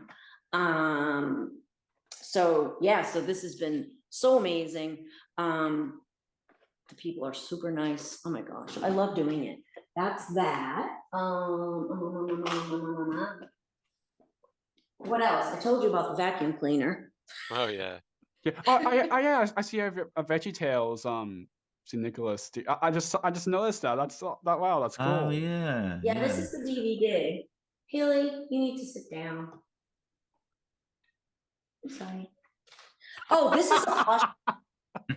This is a Haley plushie. I love that. Nice. Isn't she adorable? So Yes. imagine. Oh yeah, that's cool. Okay. Where's JB? Where's the JB plush? Yes. Oh, dude, I saw this thing online when Juicebox came out. They showed you how to make a Halloween costume where you are JB Juicebox for Halloween, and I don't have that video, but it was super cute. What? I know. So this is Gund. Do you know the name? They make all the toys. Yeah. I know. Yes, yes, I yes. know. Sesame When I Street did saw those this, I like too. almost passed Like out. this I almost one. passed out. Yeah, Tamir. Yeah. Yep. Oh This my is gosh, a gun yes, right. all the This is sets a of gun these. right here. So I'm like, This is a I thought gun right Astroblast here. would go into another season when they made these, but it's a long political story. So what they do in corporate America and what they do, two different things. So then this is also, but these all talk. This one talks, but I think my battery died, honestly. But this is a My Little Pony. This is a Pinkie Pie. This is Pinkie Pie. So there's that. This is VeggieTales. Haley, I'm gonna put you up here.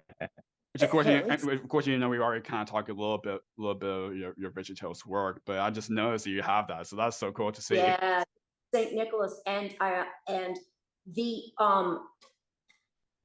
producers did an awesome commentary. That's a special feature on this DVD. St. Nicholas.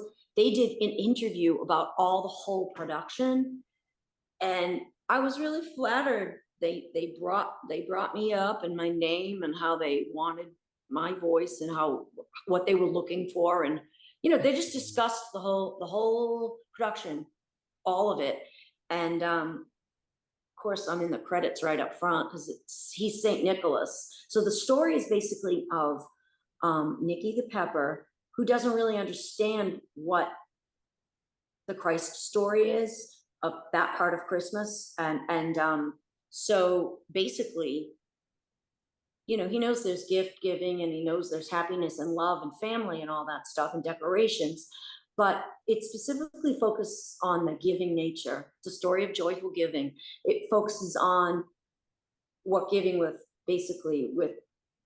love and the love of Christ, what that would mean to someone of faith. So, and I am of faith. So, yeah. I mean, not just in the thing that we grew up with. Larry and Bob, they're hilarious. I know. They are. I mean, of course, we grew up watching VeggieTales too. So, Oh, did you? Oh yeah. I love it. Yeah, I know me and Chris have some the VeggieTales tapes, the VHS tapes. I totally love VeggieTales. I am totally on board. Me too. Who doesn't? I'm down I think it's probably the best like Christian kids children's series like ever, in my opinion. Yeah, I in my opinion too. And what So Phil you Vischer can- and Mike Naraki and all those Yep. voices when literally they're just doing it just for fun, and all that. they can riff. They are And Kurt hilarious. Haneke, like These a people previous guest who has kind of ranged the really. So music. the music Yeah, guy. Yeah. yeah. Oh, Kurt's great. Oh my gosh, Mike. what he did too. Mike Wow. was so amazing. He was actually at a lot of my recording sessions. And I was I think I was so like starstruck. Like I did my job. I wasn't too nervous to do my job, but I don't think I only said a few words to him because I didn't like want to take up his time. It was like weird. Like he's so iconic to me that I just felt like, okay, I'll just know my place and just, like I just couldn't. But I oh my gosh, they're so creative and clever, and the mission of it just everything works for me. Everything just works for me. And so I love it. That's And, awesome. Yeah. That's And awesome. I was shocked when I got to do that because I can tell. I was shocked. And then so I got to do that. And then when I was pretty much thinking I was going to do more because it was going really well for me. And then when they had me along for Laura Carrot, I thought, wow, and then they wanted me to audition for a couple of other roles. And then the company was acquired. And when companies are generally acquired, that's usually the signal that they're going to implement a lot of changes, and it's going to include the staff and crew that they want to put, and it's not you. It's usually an out with the old and with the new. I think people do what they know and what their circle of connections is.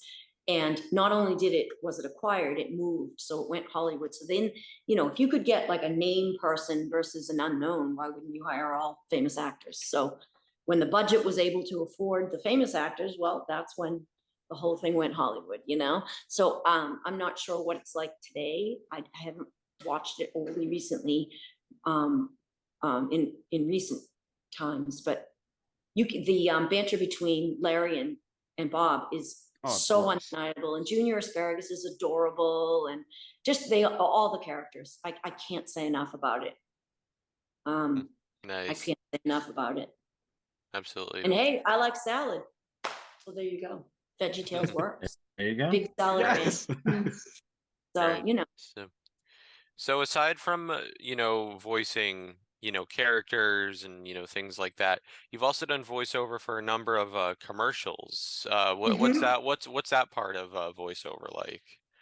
So usually you're singing to a music bed, and for the commercials I've sung, most of them were done at local studios. I mentioned Hanson Brothers in the Boston area, and there's another studio, Media Results, that I've gone to in Massachusetts, where I would sing, and there'd be like a donut recorded with live musicians recorded the music donut. And then the challenge with that part of voiceover, really wouldn't call singing voiceover. I mean, singing is truly a different animal. But you're usually singing something you would never sing for lyrics. So the challenge is to make somebody's last name or a phone number or some piece of essential information, of marketing information. They're marketing pieces. So while you can get into the vibe of music as much as you can, you also need to creatively weave, 1-800, one of the jingles that I think it still plays is 1-800-MY-SEATS. It's Ace Ticket. Ace Ticket sells in this area the sporting events, all the sporting events, Ace Ticket. Chris, you probably know, because all the games at Fenway and different places, all the games are booked through Ace Tickets. So that's okay, yeah. So and then one interesting aside from jingle singing was that isoldmyhouse.com was my only real on-camera television experience. What ended up happening was 1-800 East West Mortgage was a big jingle around here, and it was just a mortgage company. It was just a business, and it was large, successful New England business. They ended up launching like a TV show / infomercial show that was called isoldmyhouse.com. And what it was people could sell without a real estate agent. People could sell their own homes. So they needed an on-air host. And every week I would go to a different home and show it like a realtor.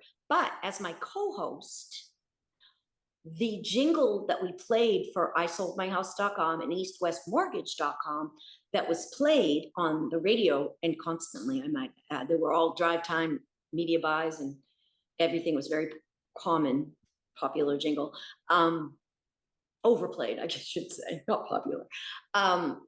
The DJs at all those radio stations, each week we would have a different DJ from a radio station.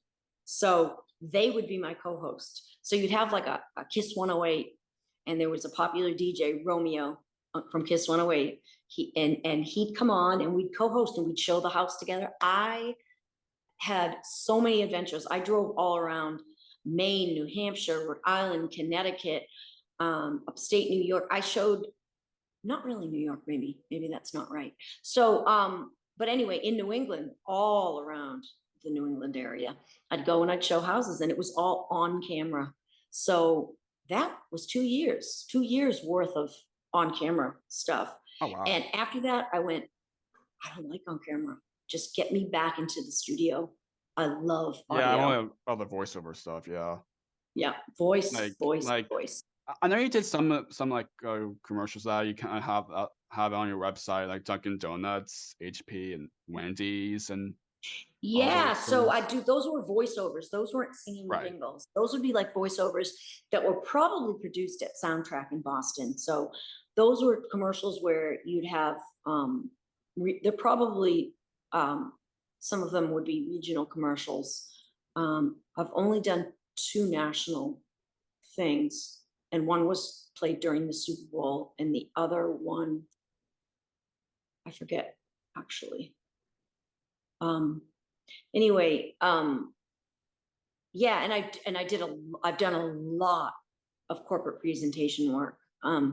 So these would be training videos, corporate training videos where you're a character. So you have to like demonstrate what in-office sexual harassment is. So I'd be like, Tom was really inappropriate with me the other day. What do I do? Like these type of situations. So they talk through and they teach you how to identify different things or leadership styles. So, Maria wants to be the head of her department. And so I'd be Maria, and I'd say, I don't know how to manage people. So these corporate training videos. So when with a lot of the companies like Dunkin' Donuts and Bank of America, that was other very large job. Bank of America's right. Big. So I did both banking, commercial, and a lot of corporate training, and a lot of in-house. They have a lot of explainer videos that whenever a company gets a new service or feature that requires explanation, to use our debit card, then I'd do these videos. Vermont Bureau of Tourism hired me for tons of those videos that describe scenic Vermont and Smuggler's Notch and all these different places. So I did a lot for the tourism, and also for New Hampshire tourism and the Manchester Airport in New Hampshire. And so yeah, those are my straight voiceovers. Those were not characters, if that's what you're asking about. Right. Yeah. So yeah. Right.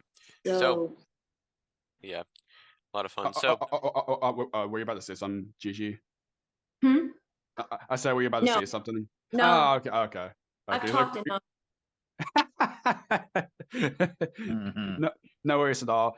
Before we're gonna ask the last question, I know you kind of like briefly talked a little bit about him earlier, but I just want to talk more about it because I think it's good to me kind of meant to talk more about it in this chat.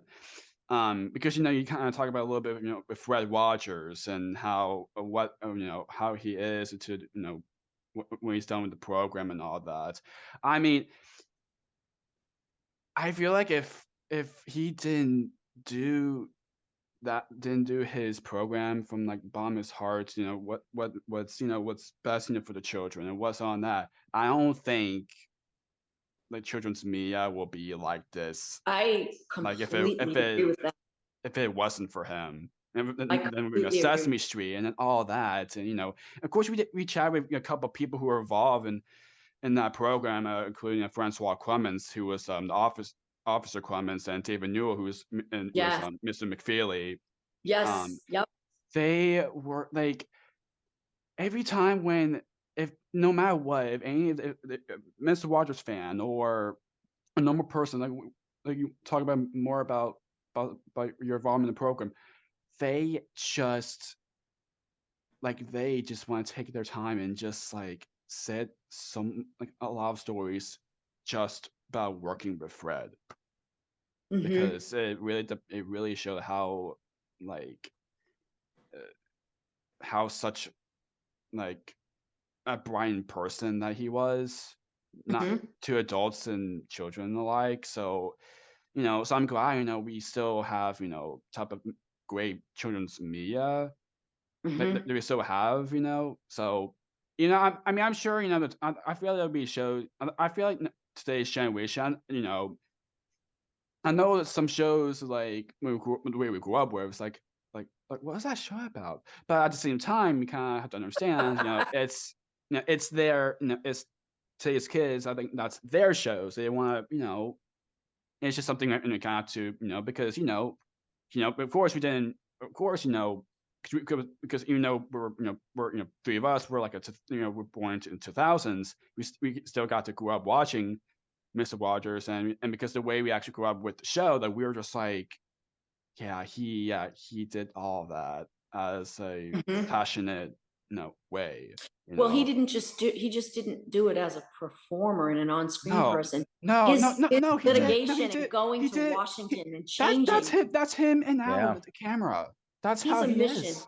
Yeah, he's a man driven by a mission. And Yes. Yeah. he says in his movies, he decided that certain things will and will not be appropriate for young ears. And he really wanted to bring the awareness to people that not all things are appropriate for young people, and that other values and other tactics should be used. And he did it like, I think his son at the beginning of the movie said, it's not really, at Mr. Rogers' movie, had said, it's not really that easy being like the son of someone who people think is another Jesus Christ. I mean, it's really, and he said it like tongue in cheek, but not really. I think he was driven to that level, with that level of passion, that he's not just creating shows here. That was almost like just his vehicle to do his real mission, which Yeah. was But take he care of just young minds. wants to have that responsibility of what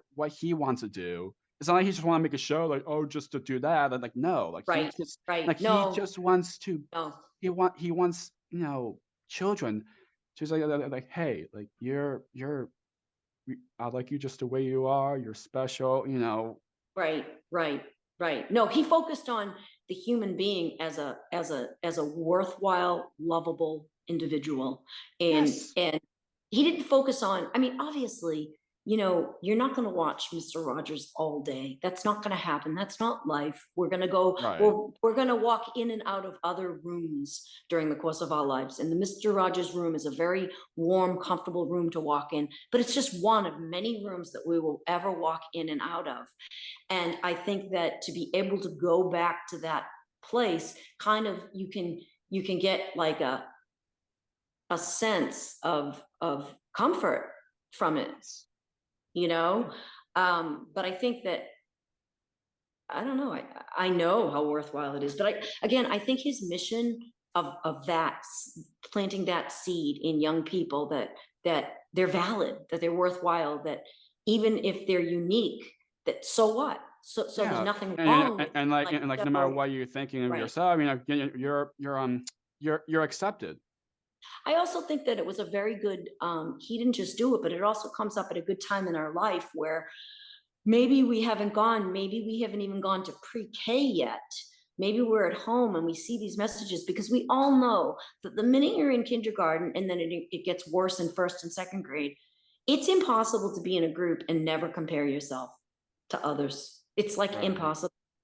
And I think when you start with that foundation of what those ideas that he put in your head, if you embrace those ideas, they can be a source of strength for you and Yes. kind of calm you down. If you're upset, I was like a pretty scared little kid. I was kind of timid. I wasn't. It's almost like if someone said to me, well, probably because I went to school early when I was still 4, and I was in kindergarten, so I was really too young to kind of be there. And plus, I was extremely tiny, so I don't know what my deal was, but I was really scared. And for kids, a lot of kids are really scared when they go. Yeah. Like they're not. I wasn't scared in the later grades. Gosh, they couldn't as you can imagine from talking to me today, they couldn't shut me up. They were like, oh my gosh, this girl, she's like, but I'm just saying, when you're a toddler and you're just trying to get your feet under you, you know, and you're just trying to you can't even write your name yet and you're like shaking, you know. I think these things are ideas that if you get them in your head really early, again, and I think that's his bigger purpose. And behind that purpose for him, he was a Presbyterian minister. So I think everybody's being fueled by something. So he was using his interpretation of God and what he believed to fuel the love and care and paying it forward. And then hopefully we're paying it forward by being a little more sensitive, maybe, to someone that we might not more offend. honest. Yeah. Yeah, not always, you know, like I can remember Right. being pretty rotten sometimes in grade school. I didn't tease people, but I can remember being mean to a couple people. But you know, when you looking back, I regret it now. I look back and I'm like, oh my gosh, I think I wouldn't sit with someone or something once at lunch or something. I'm like, that is unnecessary. And I talk about it now, and I'm an older person, and it never left me. I'm like, that is not the way to be. So I think peer pressure, you cannot possibly understand the pressure of society. And I can't imagine being born a digital native, the pressure, the social pressure. Yeah. If you do not have a way to sort that crap out, fake from reality, I am so scared for younger people like that. I think it's frightening if you don't have, you almost need, like you wouldn't go into a battle without your battle plan. Like you almost need like a tactic to deal, because there's so much stuff. And Right. but then on the most basic level, you don't have to love Fred Rogers. Maybe you don't, you know, maybe he wasn't your generation, or you don't dig his style, or you don't like his hair or his voice or whatever. As long as you understand that simple message, Yeah. I think that's the key. You can get it from you can get it from other things. I mean, you can glean it from a lot of different shows. You can glean it from Dr. Quinn, Medicine Woman, if you want to glean it, if you want to pick it out, you know, pick it out of wholesome shows. Like, you probably don't know about the Waltons. Like, I don't know if the Waltons is the thing, if you even knew it was a country family program. Little House on the Prairie. These were wholesome shows. And I'm not saying that any of this makes a steady diet, because nobody's like that. Nobody's going to live in a Hallmark movie. You know, it's just not, you know, there's just too many gingerbread cookies in that world to be fulfilled. It's not fulfilling. It's too sugary. But Right. I think that there's messages in there though that are worth keeping. So you just have to pick them Absolutely. up. Even if we grew up, to people who grew up watching the show, like three of us, or even people or not, just like simply just like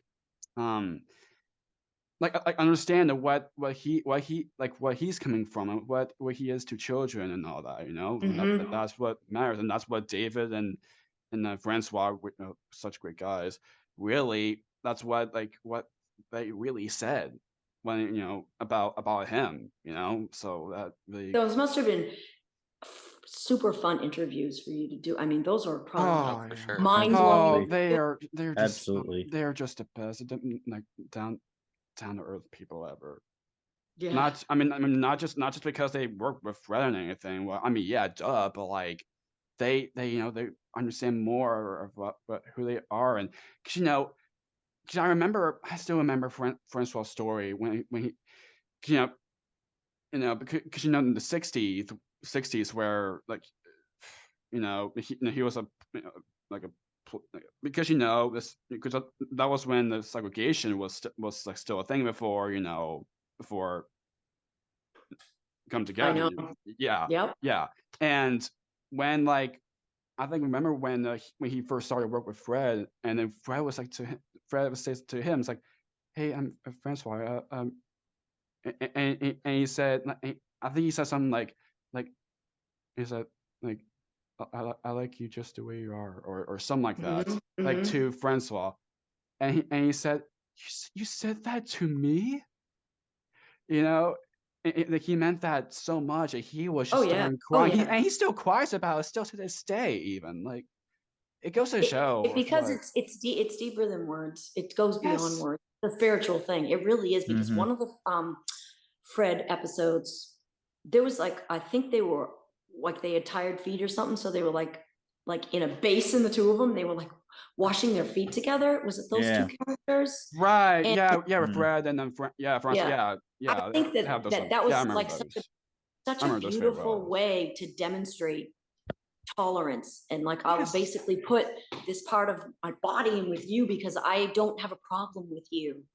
I don't, you're just a human being, heart to heart. Either you're a soul I like, or you're a soul that I find angry. And If you're different like to other person or not. yeah, just beautiful, just beautiful. And it's actually biblical what that is too, because Jesus washed the feet of his disciples and they could never figure it out why the anointed one would have to, quote, stoop so low to wash the feet of the workers. He was demonstrating that. So I don't think that Mr. Rogers was a stranger to those Bible stories. And I don't think you need to present Bible stories literally, but I think you can demonstrate and incorporate messages. I think shows that try to promote character a little bit, people's character, as long as they're not preachy and they stay entertaining, that's the key. You can do it by showing, but when you start to tell, then you're at a sermon, and that's not, I don't think that's what people want to hear, unless they're surfing the channel and they are an older person wanting a sermon. Other than those people, nobody else really wants that. I don't think. Mhm. So Right. if you can make, I've always been a fan of, if a character's evil, make them evil. If they're loving, make that character as loving as they can, because all of it amounts to the game that we're all playing. You know what I'm saying? Where it's all of our world. Yeah, just like JB, for example. And then she wants to be so excited, We're really deep. We're talking about Fred Rogers, and now we're talking about Yeah, now we're Chris talking about Apple JB. feet. Yeah, I'm real important over here. What Earth-shattering. a route that took. What a transition. Yeah, I know. Yeah, fruit. Okay, you get From fruit. Rogers to fruit, yeah. Fruit. I mean, it makes a lot of sense because of how she wants to have as much energy so much to the kids. Oh, it was the hardest part of that gig. Yeah. Sustaining energy, but she was Yeah, supposed after all that to be hours, and then absolutely like, excited. yeah, Because if you're sitting in your pajamas, in your feety pajamas, and you're watching Sprout, if I am not absolutely psyched, then I can't connect with. I want you to be that psyched. It's only, but it was sustaining the end. That's another reason why I think they chose an adult. Children often they're children and they're not workers. And I think showbiz forgets that children aren't adults, and they can't expect you to work like an adult would work. Children, they're meant to go out and play sometimes, and they're not like after 2 hours of recording, they're pretty much done. They're not giving you one more take. They're not giving you one more take. They're giving because the more longer and more like takes your voice would be like going more it's rigorous. sore and all that. So that's why it makes a lot of sense. You have like limited time, so now your voice will be that you brought up Just Dance Kids. That was actually something I meant to talk about. Video games. I steer away from video games. One of the producers in LA, I think Lonnie Manella, she's done, if you look her up on the IMDb, you can't even count her credits. I was talking to her and she said, I would like to kind of bring you into my loop. And it was hard for me to say no, because who was I to say no? But video games that were going to involve heavy emoting and a lot of screaming, it was just going to trash my voice for all the singing and all the other things that I did. I just had to say no. But the one video game series that I got to do was Ubisoft Just Dance Kids. It was in the upper 2000s. I did 2 versions of it, a Smurfs version and a straight up version. And I got to sing covers of like Pat Benatar, Hit Me With Your Best Shot, Katrina and the Waves. I was in the 80s Oh, theme. wow. And I had no idea that was you. If you ever played Just Dance Kids with those 80s, no, I am singing all those girl songs. I have a few clips on my website, but there's way more in the games themselves. That was so fun, because that's like heralding me back to the whole reason why I got into this whole thing with voice is I want to record music. I'm a singer, and I like rock music, and I like pop music, and I like blues music, and I want to record. So this was just like me getting my yayas out. So kids material, not the most edgy thing, but still very legit. So on that Christmas, my niece was of age. I think she was 10. So that Christmas, we gave her that for Christmas, that video game, and we did all the dancing and stuff. So it was super fun. That was amazing. That was cool. From those people, that was Boston Sound Labs at the time, a man by the name of David Ortega. He is an awesome guy. He's in Massachusetts. And he ended up getting me that gig. I met him through LinkedIn of all places. Does anybody meet anybody on LinkedIn? I did. He ended up getting me a couple of commercials overseas and another project. I already forgot. It left my head. It was related. It was related to Just Dance Kids. For Perry, I got to sing Perry the Platypus through Phineas and Ferb. That platypus game was so popular, and I got to sing on their version of Where's Perry video game. So I sang that. That was also just singing. That I did not do voiceover in that. So my video game stuff has been very limited.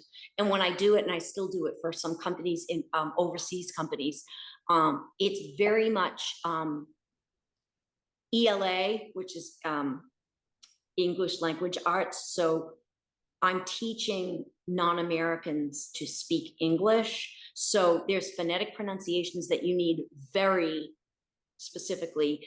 And for one company, they have PhDs that are linguists on the calls because they do not want me to make a consonant or a vowel that is not screened and vetted by their people, because they're teaching English language at a level that is considered scholarly and academic. So basically the video games that I've done, they're really not your standard video games with action. We're not talking about action games. We're talking about learning games where I'm trying to get people to see the difference between sh and ch in sounds and really put the English language together. So that took a lot of training to get to that level, because believe it or not, that's picky. That's the picky uni stuff. You don't just let wild and do what you feel like doing. It's rule-based heavily. Yeah. So anyway. I know there's another one that you did for Just Dance Kids too, a problem, the monster. Oh yeah, the monster mix. I love that because I got to do that cool rap. Yeah. Yeah. Oh my God. Right. Gosh. So cool. Yeah. That was awesome. That was Becky G. That was a cover, right? A Becky G cover. Nice. Yeah, and I like the way that. I like the way he mixed that. Yeah, absolutely. I believe that guy from Boston Sound Labs is now Lee and Ortega, the two of them, and they do all kinds of soundtracks for stuff. So nice. Oh, that's great. So and I think last year I was singing. You know, when you watch a Hallmark movie and all of them are Christmas, and most of them have choirs. I was in one of the choirs for one of the Christmas Hallmark movies. So that happened. Nice. So that looped around. I don't know. There's always something on the other end of the computer. In the voiceover world, yeah. Right. I pray more stuff comes through, but you never know in voiceover because there's so much marketing and reaching out and promotion. And if you don't put that effort in, which I am really need to improve, if you don't put that effort in, you really don't get much back. Right. You know? Right. Yes. So as we're about to wrap this up, so the last question that Matt is going to ask is a question we ask all of our guests at the end. Go ahead, Matt. Thank you, Chris. If you didn't catch it at the beginning, folks, this podcast is called Jake's Happy Nostalgia Show. When you think of nostalgia, what do you think of? Or in your own words, how do you define the word nostalgia? How do I define the word nostalgia? Obviously, it has something to do with my Gregorian calendar that I use, where I live in the United States, and where I live in time and space. I think of the date, but I think of the emotion. So nostalgia for me is tied to a feeling that is sort of like a Back to the Future or a time capsule, if you will, if you visualize a time capsule, and you are transported either through sound, sight, smell, any of your senses to this place that you were a certain age and you were at a certain part in your own human development that you find either endearing or frightening or painful. It is anything but bland. Nostalgia is a spectrum to me of all your feelings. It can bring you back to the happiest, sweetest moments. It can bring you back to your difficulties. And that is my number one thing that I love about music. It takes you to a place you can't get to without it. So I need to hear that song. It's bringing me to that place. I can imagine it and I can touch the surface, but I can really touch it when I hear the thing. And nostalgia is like that to me. So that's my answer. Boop. Absolutely. Well, No Gigi, thank you so much for taking the time. You're to do very this. This was a welcome. blast. Glad we were able to make this this is happen. wonderful. Yes, Very nice absolutely. meeting you. And I took my Yes. characters out. They're really not usually out. So they got out for the day. Yeah. Anyway, it was nice meeting you all. Take care. Happy editing. I can't wait. I hope I don't sound too That's great. stupid. I know I had a lot of brain moments. No worries at No, all. it's all No right, worries that that's all happens. right. But thank you so much, Gigi, for taking time You're to do this. welcome. I mean, it's a blast. Yeah. For what you've done over the years, it means so much. And of course, what you've done, especially Wiggly Waffle and all those other things. It means a lot that what you've done is a part of our lives as a special way. So it means very much when It's an honor. be on, and I cannot wait what's next in store for you, and keep up the great work we're doing now, especially the current Thank you. projects that you already mentioned a little bit while ago. So I'm very excited whenever it comes, and or you don't know, we can have you back on to promote those things or something like that. We don't know.